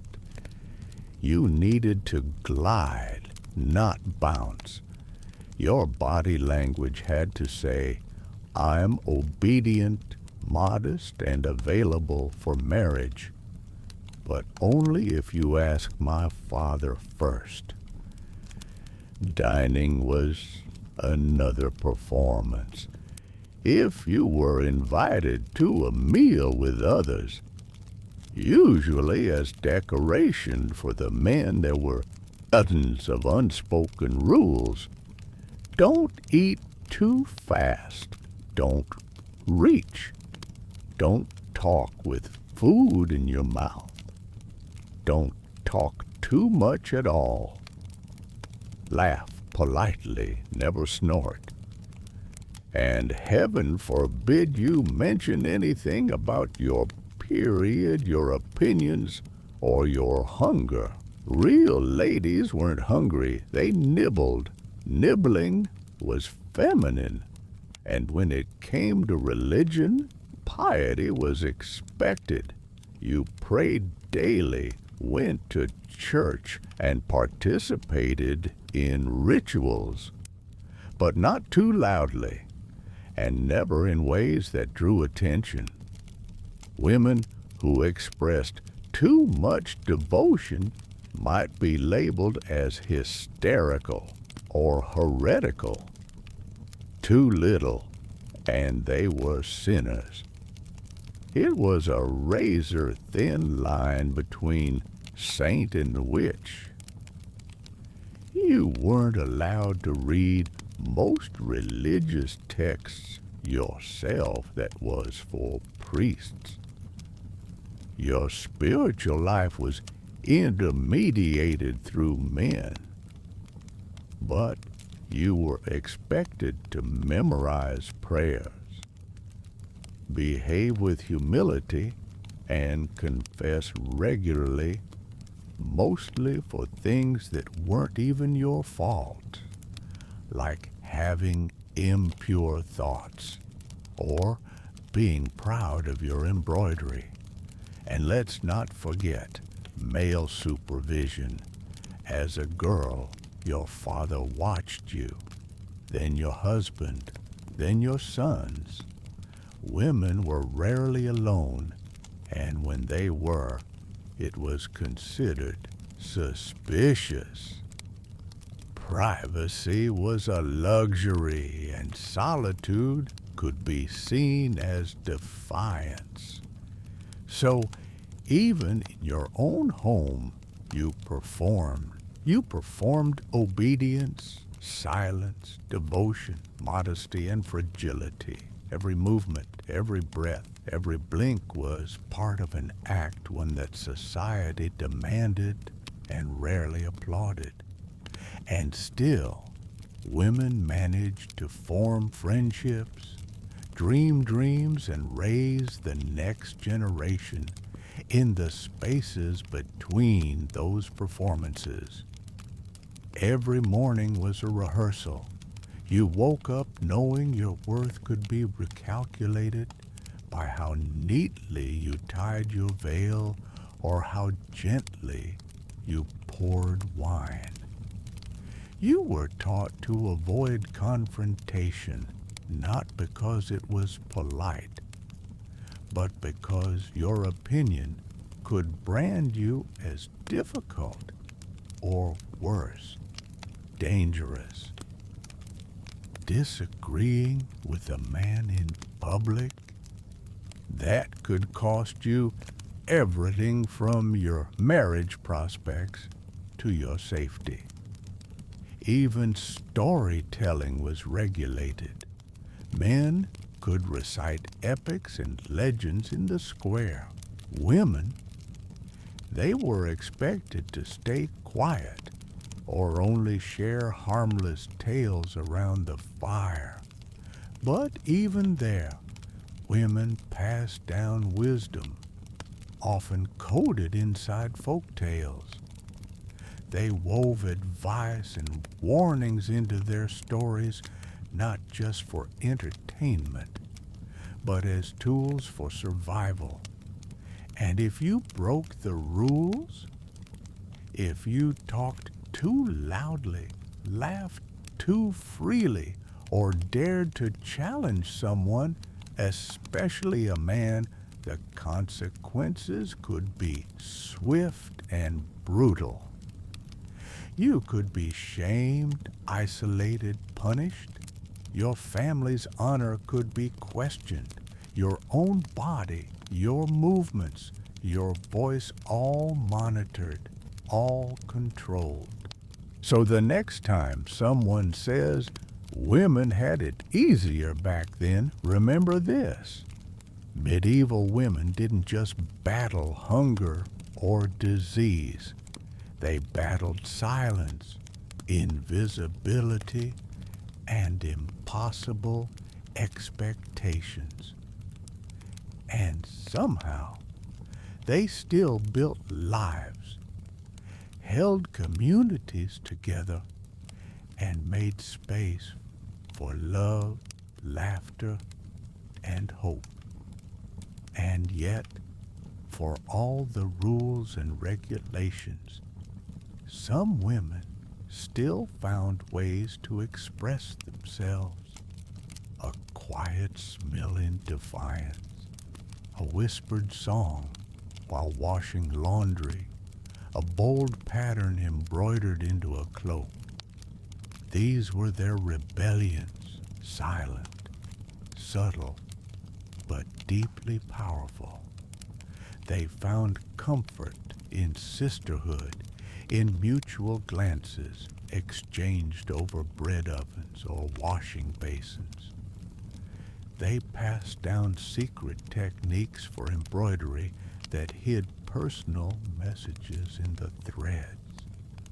They blessed each other's children when priests weren't around. They shared tiny victories, a successful birth, a good harvest, a quiet night of laughter. These invisible networks were the lifeblood of many communities. They weren't written in the history books, but they stitched together the daily survival of an entire society. While kings waged wars and priests debated scripture, women created systems of support beneath the surface, unseen but vital. They were the quiet engineers of endurance, the unsung guardians of the everyday. And through their quiet strength, they kept something sacred alive. The hope that one day a woman could be seen for her mind, her voice, her vision, not just her silence. Because beauty, behavior, and belief were not simply expectations, they were chains. And despite those chains, medieval women carved out space to breathe, to be, and to endure. Even when history forgot them, their resilience echoed through generations. In the next part, well, step outside entirely into the roles women played in public life, because even in a society that tried to lock them away, women found ways to influence, organize, and resist. From market stalls to midwifery, their impact was everywhere, even if their names were forgotten. Let's step out of the home and into the world, or at least as much of the world as a medieval woman was allowed to see. Because even though most of history paints them as silent, passive, and shut away, women in the Middle Ages found ways to make their presence felt. It just wasn't always obvious. In fact, it was often disguised, hidden in plain sight. And let's start with the market, the beating heart of any medieval town or village. This wasn't just where people bought fish or gossip. It was one of the few spaces where women could engage in public life without being questioned too much. You might see women selling herbs, eggs, textiles, or baked goods. They weren't just homemakers, they were traders, negotiators, and, let's be honest, expert hagglers. You had to be. Prices fluctuated, competition was fierce, and everything was bartered face to face. And these weren't quiet business deals. Markets were loud, chaotic, indeed. Children darting between stalls, animals bleating, vendors shouting deals, and right there in the middle of it, women running their stands, watching their coins, swapping news, and sometimes even smuggling a bit of gossip into every transaction. You wanted to know what was really happening in your town? Forget the priest, ask the women at the bread stall. Some women went beyond simple selling, they became indispensable. The herb wife, for example, knew which roots eased pain and which leaves calmed the stomach. She wasn't just a vendor, she was a healer. And sure, sometimes she was respected. But other times, she was whispered about. Healing too well, knowing too much. That could get you labeled a witch. Still, they kept doing it, because if you had a fever or a crying baby, the herb wife was who you turned to, not the guy in the fancy robe. Then there were the midwives. These women held entire communities together. They were present for the most terrifying and vulnerable moments of life childbirth. And in a time without hospitals or doctors for most people, the midwife was the closest thing to medical help you'd get. She delivered babies, tried to save mothers, and often made the difference between life and death. And yet, she too walked a fine line. Help a difficult birth go well, blessed, lose a baby, accused. Again, it was never just about skill, it was about perception, and women had to manage both. We also had women working in taverns and inns. These weren't just places to drink. They were hubs of information, deals, romance, and sometimes danger. Women who worked in these spaces weren't just servers. They were hosts, referees, entertainers, and sometimes spies. That's right. A woman serving ale could overhear everything from trade routes to local plots.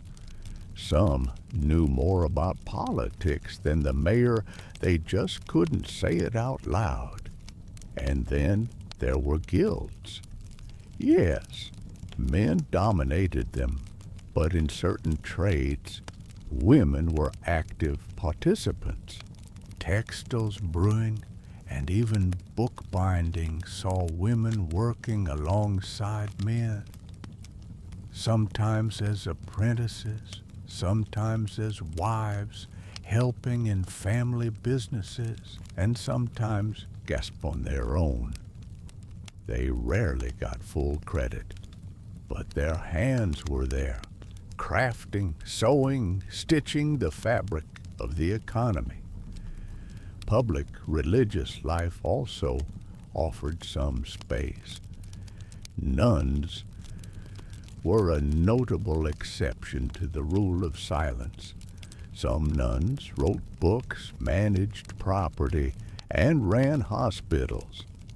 Abbeys could be powerful institutions, and some abbesses wielded real influence. Not always, and not without limits, but enough to matter, enough to prove that when women had access to resources and education, they thrived. That alone was radical. But outside these few accepted roles, a woman in public life had to be careful. Too loud, too confident, too knowledgeable, you risked everything. Reputation was currency, and a single rumor could bankrupt it overnight. So women learned to navigate, to speak without speaking, to influence from the margins. They became experts in subtext, in diplomacy, in coded language. It wasn't weakness, it was strategy. And sometimes women banded together. Informal groups helped each other with childbirth, childcare, cooking, mourning, celebrating. There were songs passed in that carried more than melodies. They carried memories, warnings, and resilience. Women supported women even when the world pretended they didn't exist. They also created their own informal economies, bartering services, sharing harvests, loaning tools. These micro-networks often meant the difference between surviving and starving. A widow might not be able to till a field alone, but with the help of a neighbor, she could get through winter. These weren't random acts of kindness. They were structured, expected, and essential. In a world where formal systems failed women, they built their own. Even child rearing became a collective task. Older girls often cared for the young while mothers worked. Grandmothers passed on knowledge of herbs, household gods, or local superstitions. Aunts and neighbors watched out for each other's children. When resources were scarce, the survival of one often depended on the sacrifice of many, and though most women couldn't write, they found ways to preserve their histories. Through storytelling, embroidery, recipes, and oral chants, they wove their lives into culture. Each thread and tale was a form of legacy, quiet but lasting. They may not have written the chronicles, but they wrote themselves into the memory of their families. They also found ways to shape the culture through rituals, festivals, and superstitions. Women led seasonal songs, told stories around the hearth, and guarded local folklore passed from mother to daughter. They were guardians of memory, caretakers of custom. And while their names may be lost, their influence shaped how entire communities understood the world and their place in it. Sometimes women even resisted quietly through sabotage or delay. A burned loaf of bread, a forgotten message, or a delayed task could all be ways of pushing back against unjust rules without inviting direct punishment. These subtle forms of resistance were dangerous, but they were real and powerful. Women also formed bonds beyond their immediate families. Friendships among women became lifelines, a place to confide, to grieve, to laugh. In a world that tried to isolate them, these connections created strength. Sharing burdens meant surviving one more day, and behind closed doors, women found humor in the absurdity of their restrictions. They laughed at the pompous men who tripped over their own capes. They mocked the churchmen who warned them not to dance. And they whispered jokes that would make a monk faint. That humor, quiet, sharp, and full of defiance, was its own kind of survival. They found meaning in crafting beautiful things from hardship, lace from worn cloth, stew from scraps, peace from chaos. They measured time in seasons, in the rise and fall of births and harvests, in stories told again and again. In a world determined to ignore them, women insisted on being remembered not through monuments or manuscripts, but through touch, through voice, through love. Their legacy was invisible but immense. Their hands made the food, their songs soothed the sick, their quiet strength held entire villages together. And even when their names were forgotten, their work shaped the very foundation of society. These women were never truly silent. Their lives spoke in 1,000 subtle ways. They were also artists in the margins of religious texts, in patterns sewn into tapestries, and in the melodies passed from one fire circle to the next.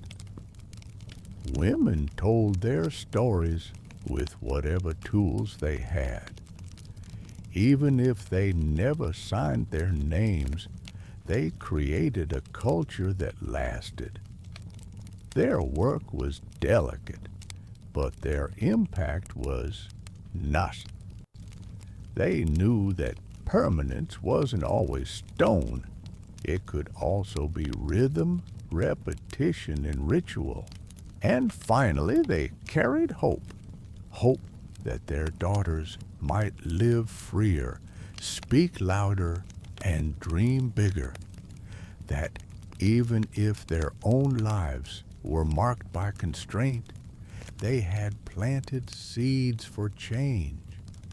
And somehow, through centuries of silence, those seeds endured. They were not spectators in their own lives. They were the architects of survival, even if history failed to give them credit. From healing wounds to holding hands in grief, from building homes to building trust, medieval women shaped every corner of their world.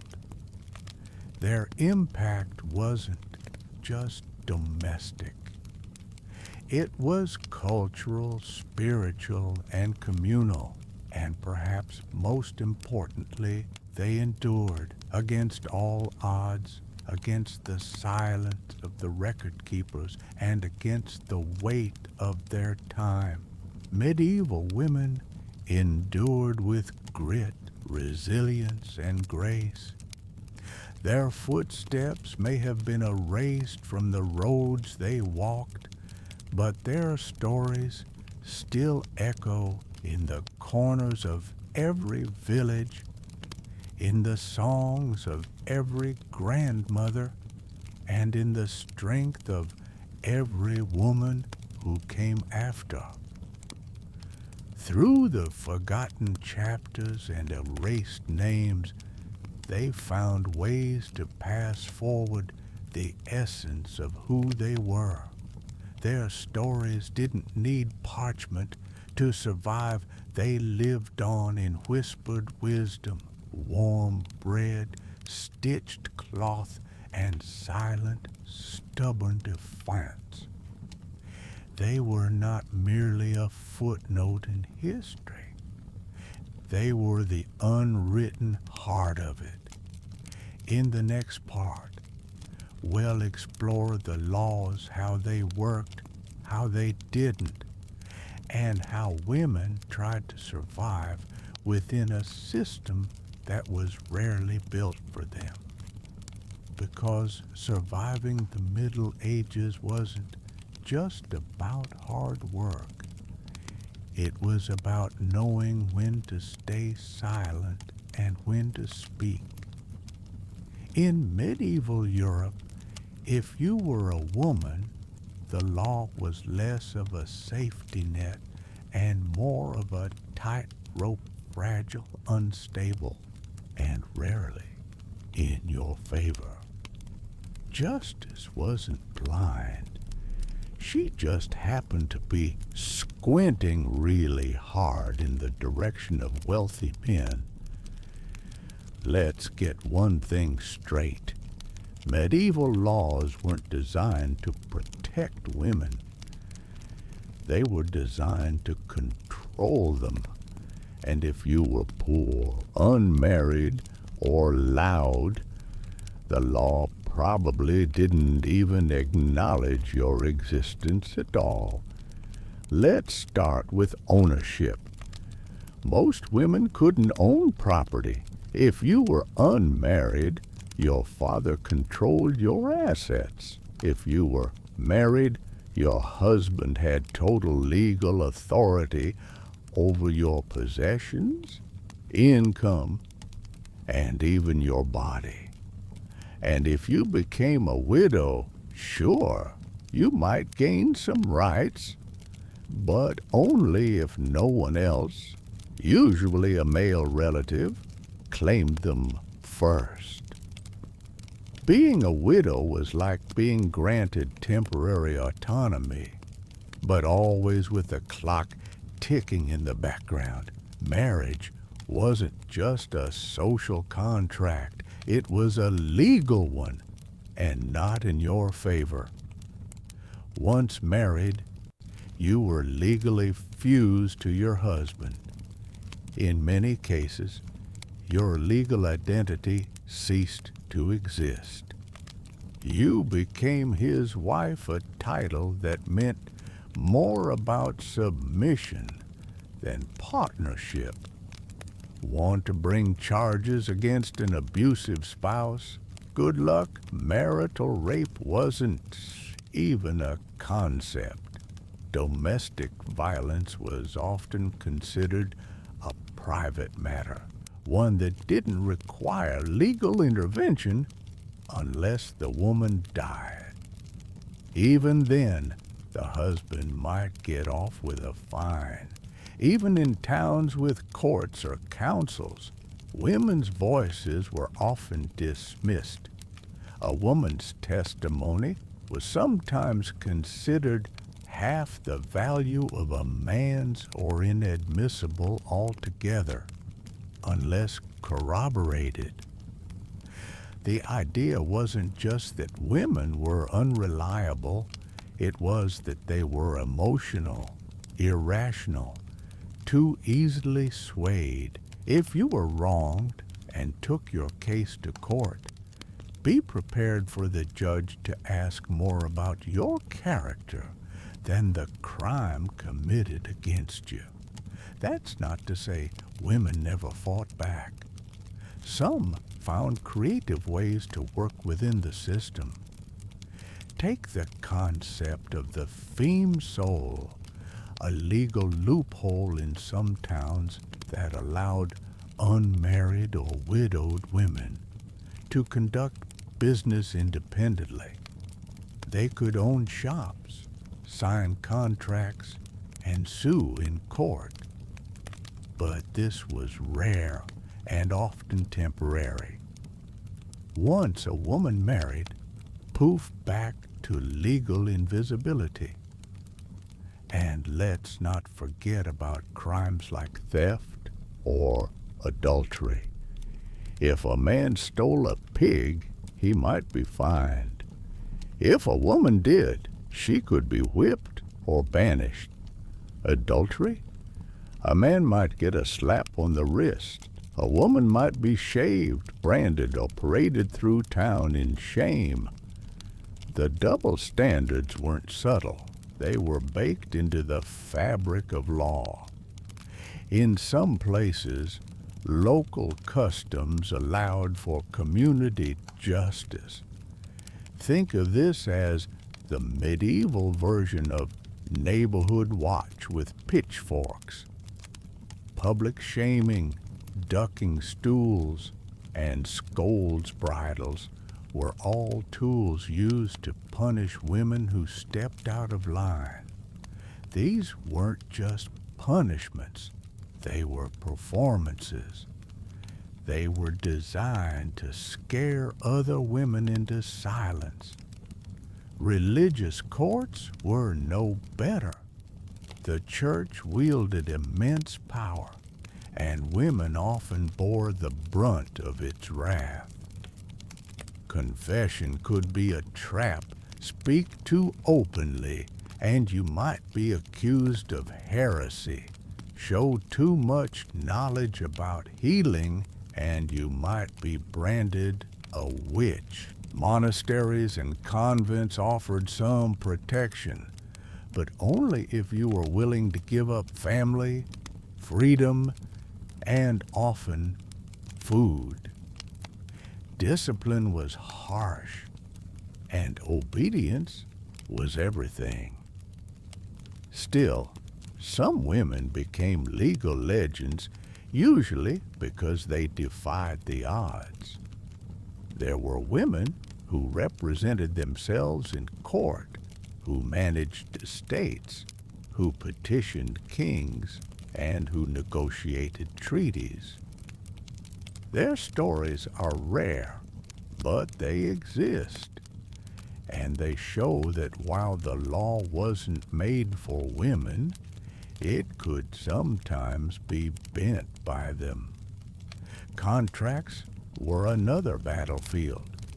Many women couldn't sign legal documents without a male witness, so they used proxies, aliases, or even symbols in place of a signature. In some cases, they'd memorize deals orally and recite them back with stunning accuracy if challenged. In a society that tried to keep them out of legal matters, they became masters of the workaround. Inheritance laws were particularly brutal. Sons inherited everything. Daughters, maybe a dowry. And if there were no sons, distant male cousins might swoop in and take it all. Women's rights to land were constantly undermined. But again, there were exceptions. Some noble women ruled in place of absent husbands. Some peasant women protected small plots through sheer force of personality. It wasn't easy, but survival rarely was, and the punishment showed the divide. Men went to prison. Women were punished publicly. Men dueled. Women were dunked. The message was clear. A man's honor was his own. A woman's shame was for all to see. In every alley of justice, women were made an example not just to keep them quiet, but to remind every girl watching what happened if she stepped too far out of line. And yet, they kept stepping, quietly, boldly. Sometimes in the dark corners of courts, sometimes in the light of village squares, they argued, bargained, pleaded, and persisted. The law was not a place of safety, but it wasn't a complete wall either. It had cracks, and medieval women knew how to slip through them. Let's begin with the basics.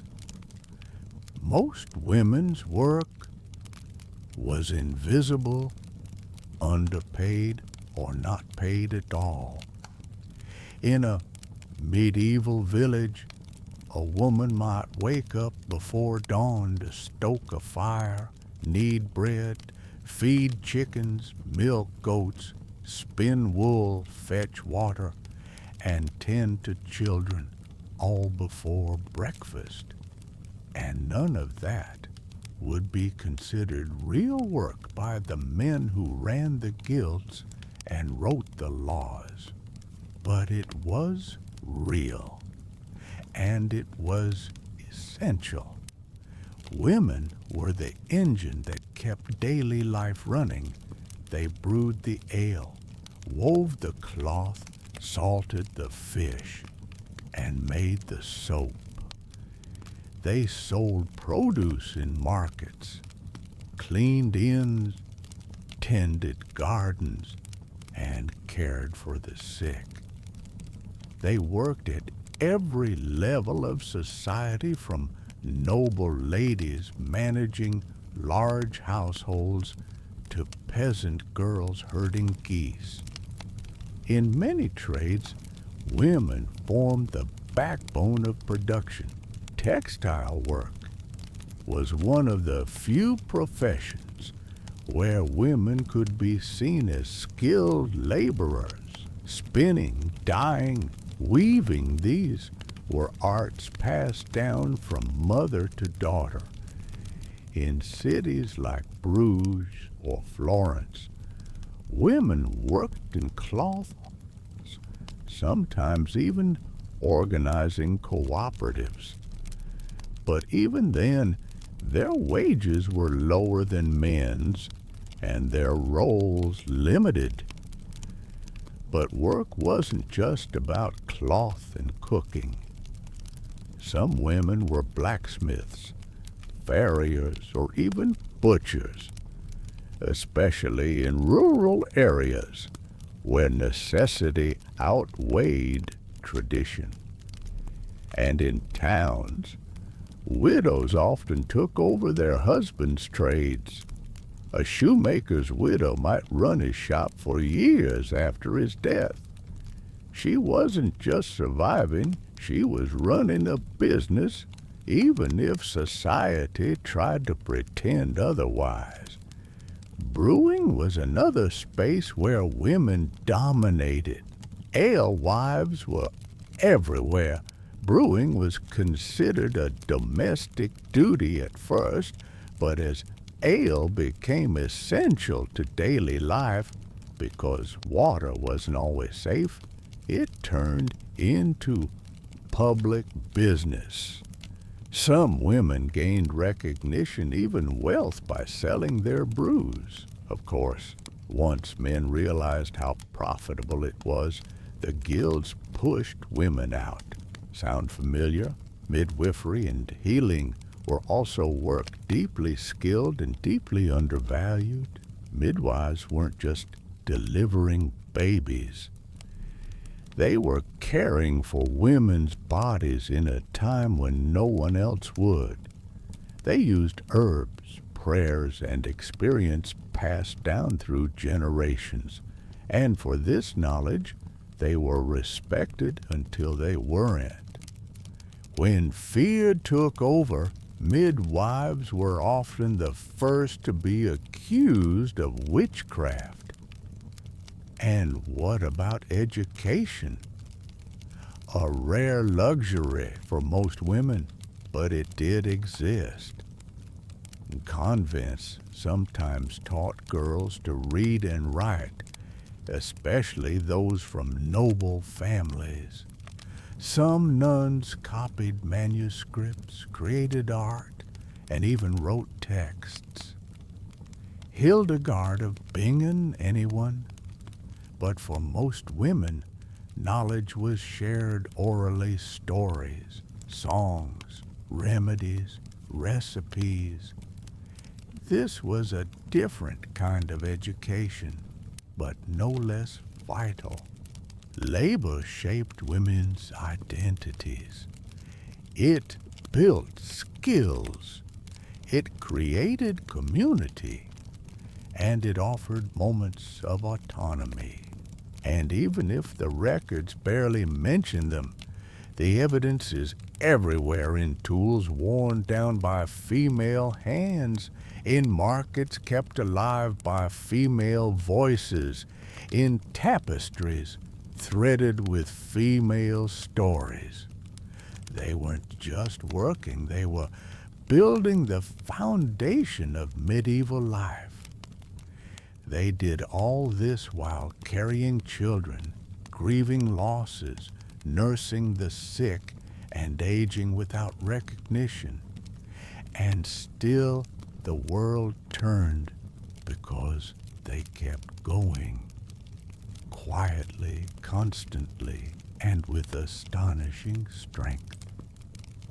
In the next part, we'll step into the emotional realm, exploring friendship, love, grief, and the inner lives of women who history too often reduced to silence. Part 6, Hearts. Behind the hardship, for all the laws, labor, and limitations, there's something history rarely records, but never erases: emotion. Beneath the layers of dirt and linen, under the weight of marriage contracts and spinning wheels, medieval women felt deeply. They laughed, loved, raged, mourned, and dreamed, even if no one wrote it down. Let's talk about friendship. In a world where your life was often dictated by your father, your husband, or the village priest, female friendships were lifelines. These weren't just casual acquaintances. They were bonds forged through fire. Your best friend might have helped deliver your baby, stitched your wounds, or buried your child beside hers. These relationships weren't written in diaries. They were whispered in kitchens, carved into the rhythm of daily life. Women relied on each other not just for chores or child care, but for sanity. They shared secrets over buckets of water, exchanged laughter while grinding grain, and offered comfort when life became unbearable, which was often. These moments of connection weren't small. They were acts of rebellion. In a society that sought to keep them isolated and invisible, women built networks of warmth, understanding, and strength. And then there was love, not the kind from courtly romance or royal ballads, but the messy, mundane, heart-wrenching kind. Love for children that kept you awake every time a cough broke the silence. Love for husbands who were sometimes kind, sometimes cruel. Love for friends who knew your silence better than your words. And sometimes, yes, even romantic love, the kind not arranged by fathers or priests. Love that defied class, gender, and the rules written by men. But love in the Middle Ages was always under threat. Women didn't get to choose freely. Marriage was more transaction than passion. And when passion did appear, it was dangerous. Adultery wasn't just scandalous, it could be fatal. Still, forbidden love existed, and letters were smuggled, glances stolen, hearts broken. It didn't make the history books, but it made life bearable. Grief was a constant companion. Children died, husbands left for war and never returned, sisters perished in childbirth. In a world where death lived at the edge of every firelight, women carried sorrow like second skin. But they didn't carry it alone. They wailed at funerals together, wove grief into their prayers, and honored the dead through memory and ritual. Some lit candles, some planted herbs, some just sat in silence and listened to each other breathe. There were also dreams, quiet, stubborn dreams. A girl might have dreamed of learning to read. A mother might have hoped for a healthy baby. An old woman might have prayed for her granddaughter to live a freer life. These dreams weren't naive. They were necessary. In the face of cruelty and constraint, hope was a form of resistance. Dreaming was defiance. And there was rage. Oh, yes, rage simmered beneath the surface. When your choices were stripped away, when your voice was ignored, when justice was denied, what else could you feel?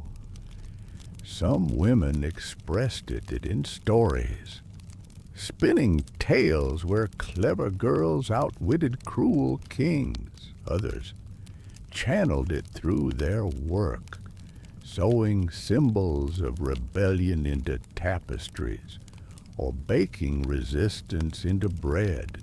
Anger, when buried, didn't disappear. It fermented. It passed from mother to daughter, not always in words, but in tone, in warning, in the way she held her chin. Even joy, scarce as it was, mattered. A dance at midsummer, a birth that ended in laughter instead of tears, a warm loaf of bread shared between friends, a song sung in harmony. These weren't trivial. They were the threads that kept life from unraveling. In a time when women were denied most freedoms, joy was a reclamation, a reminder that they were still human, still whole. Next, well, turn to legacy. How did medieval women ensure they wouldn't be forgotten, even if history refused to remember their names? Let's uncover the silent imprints they left behind in craft, in ritual, and in the resilience that shaped generations to come.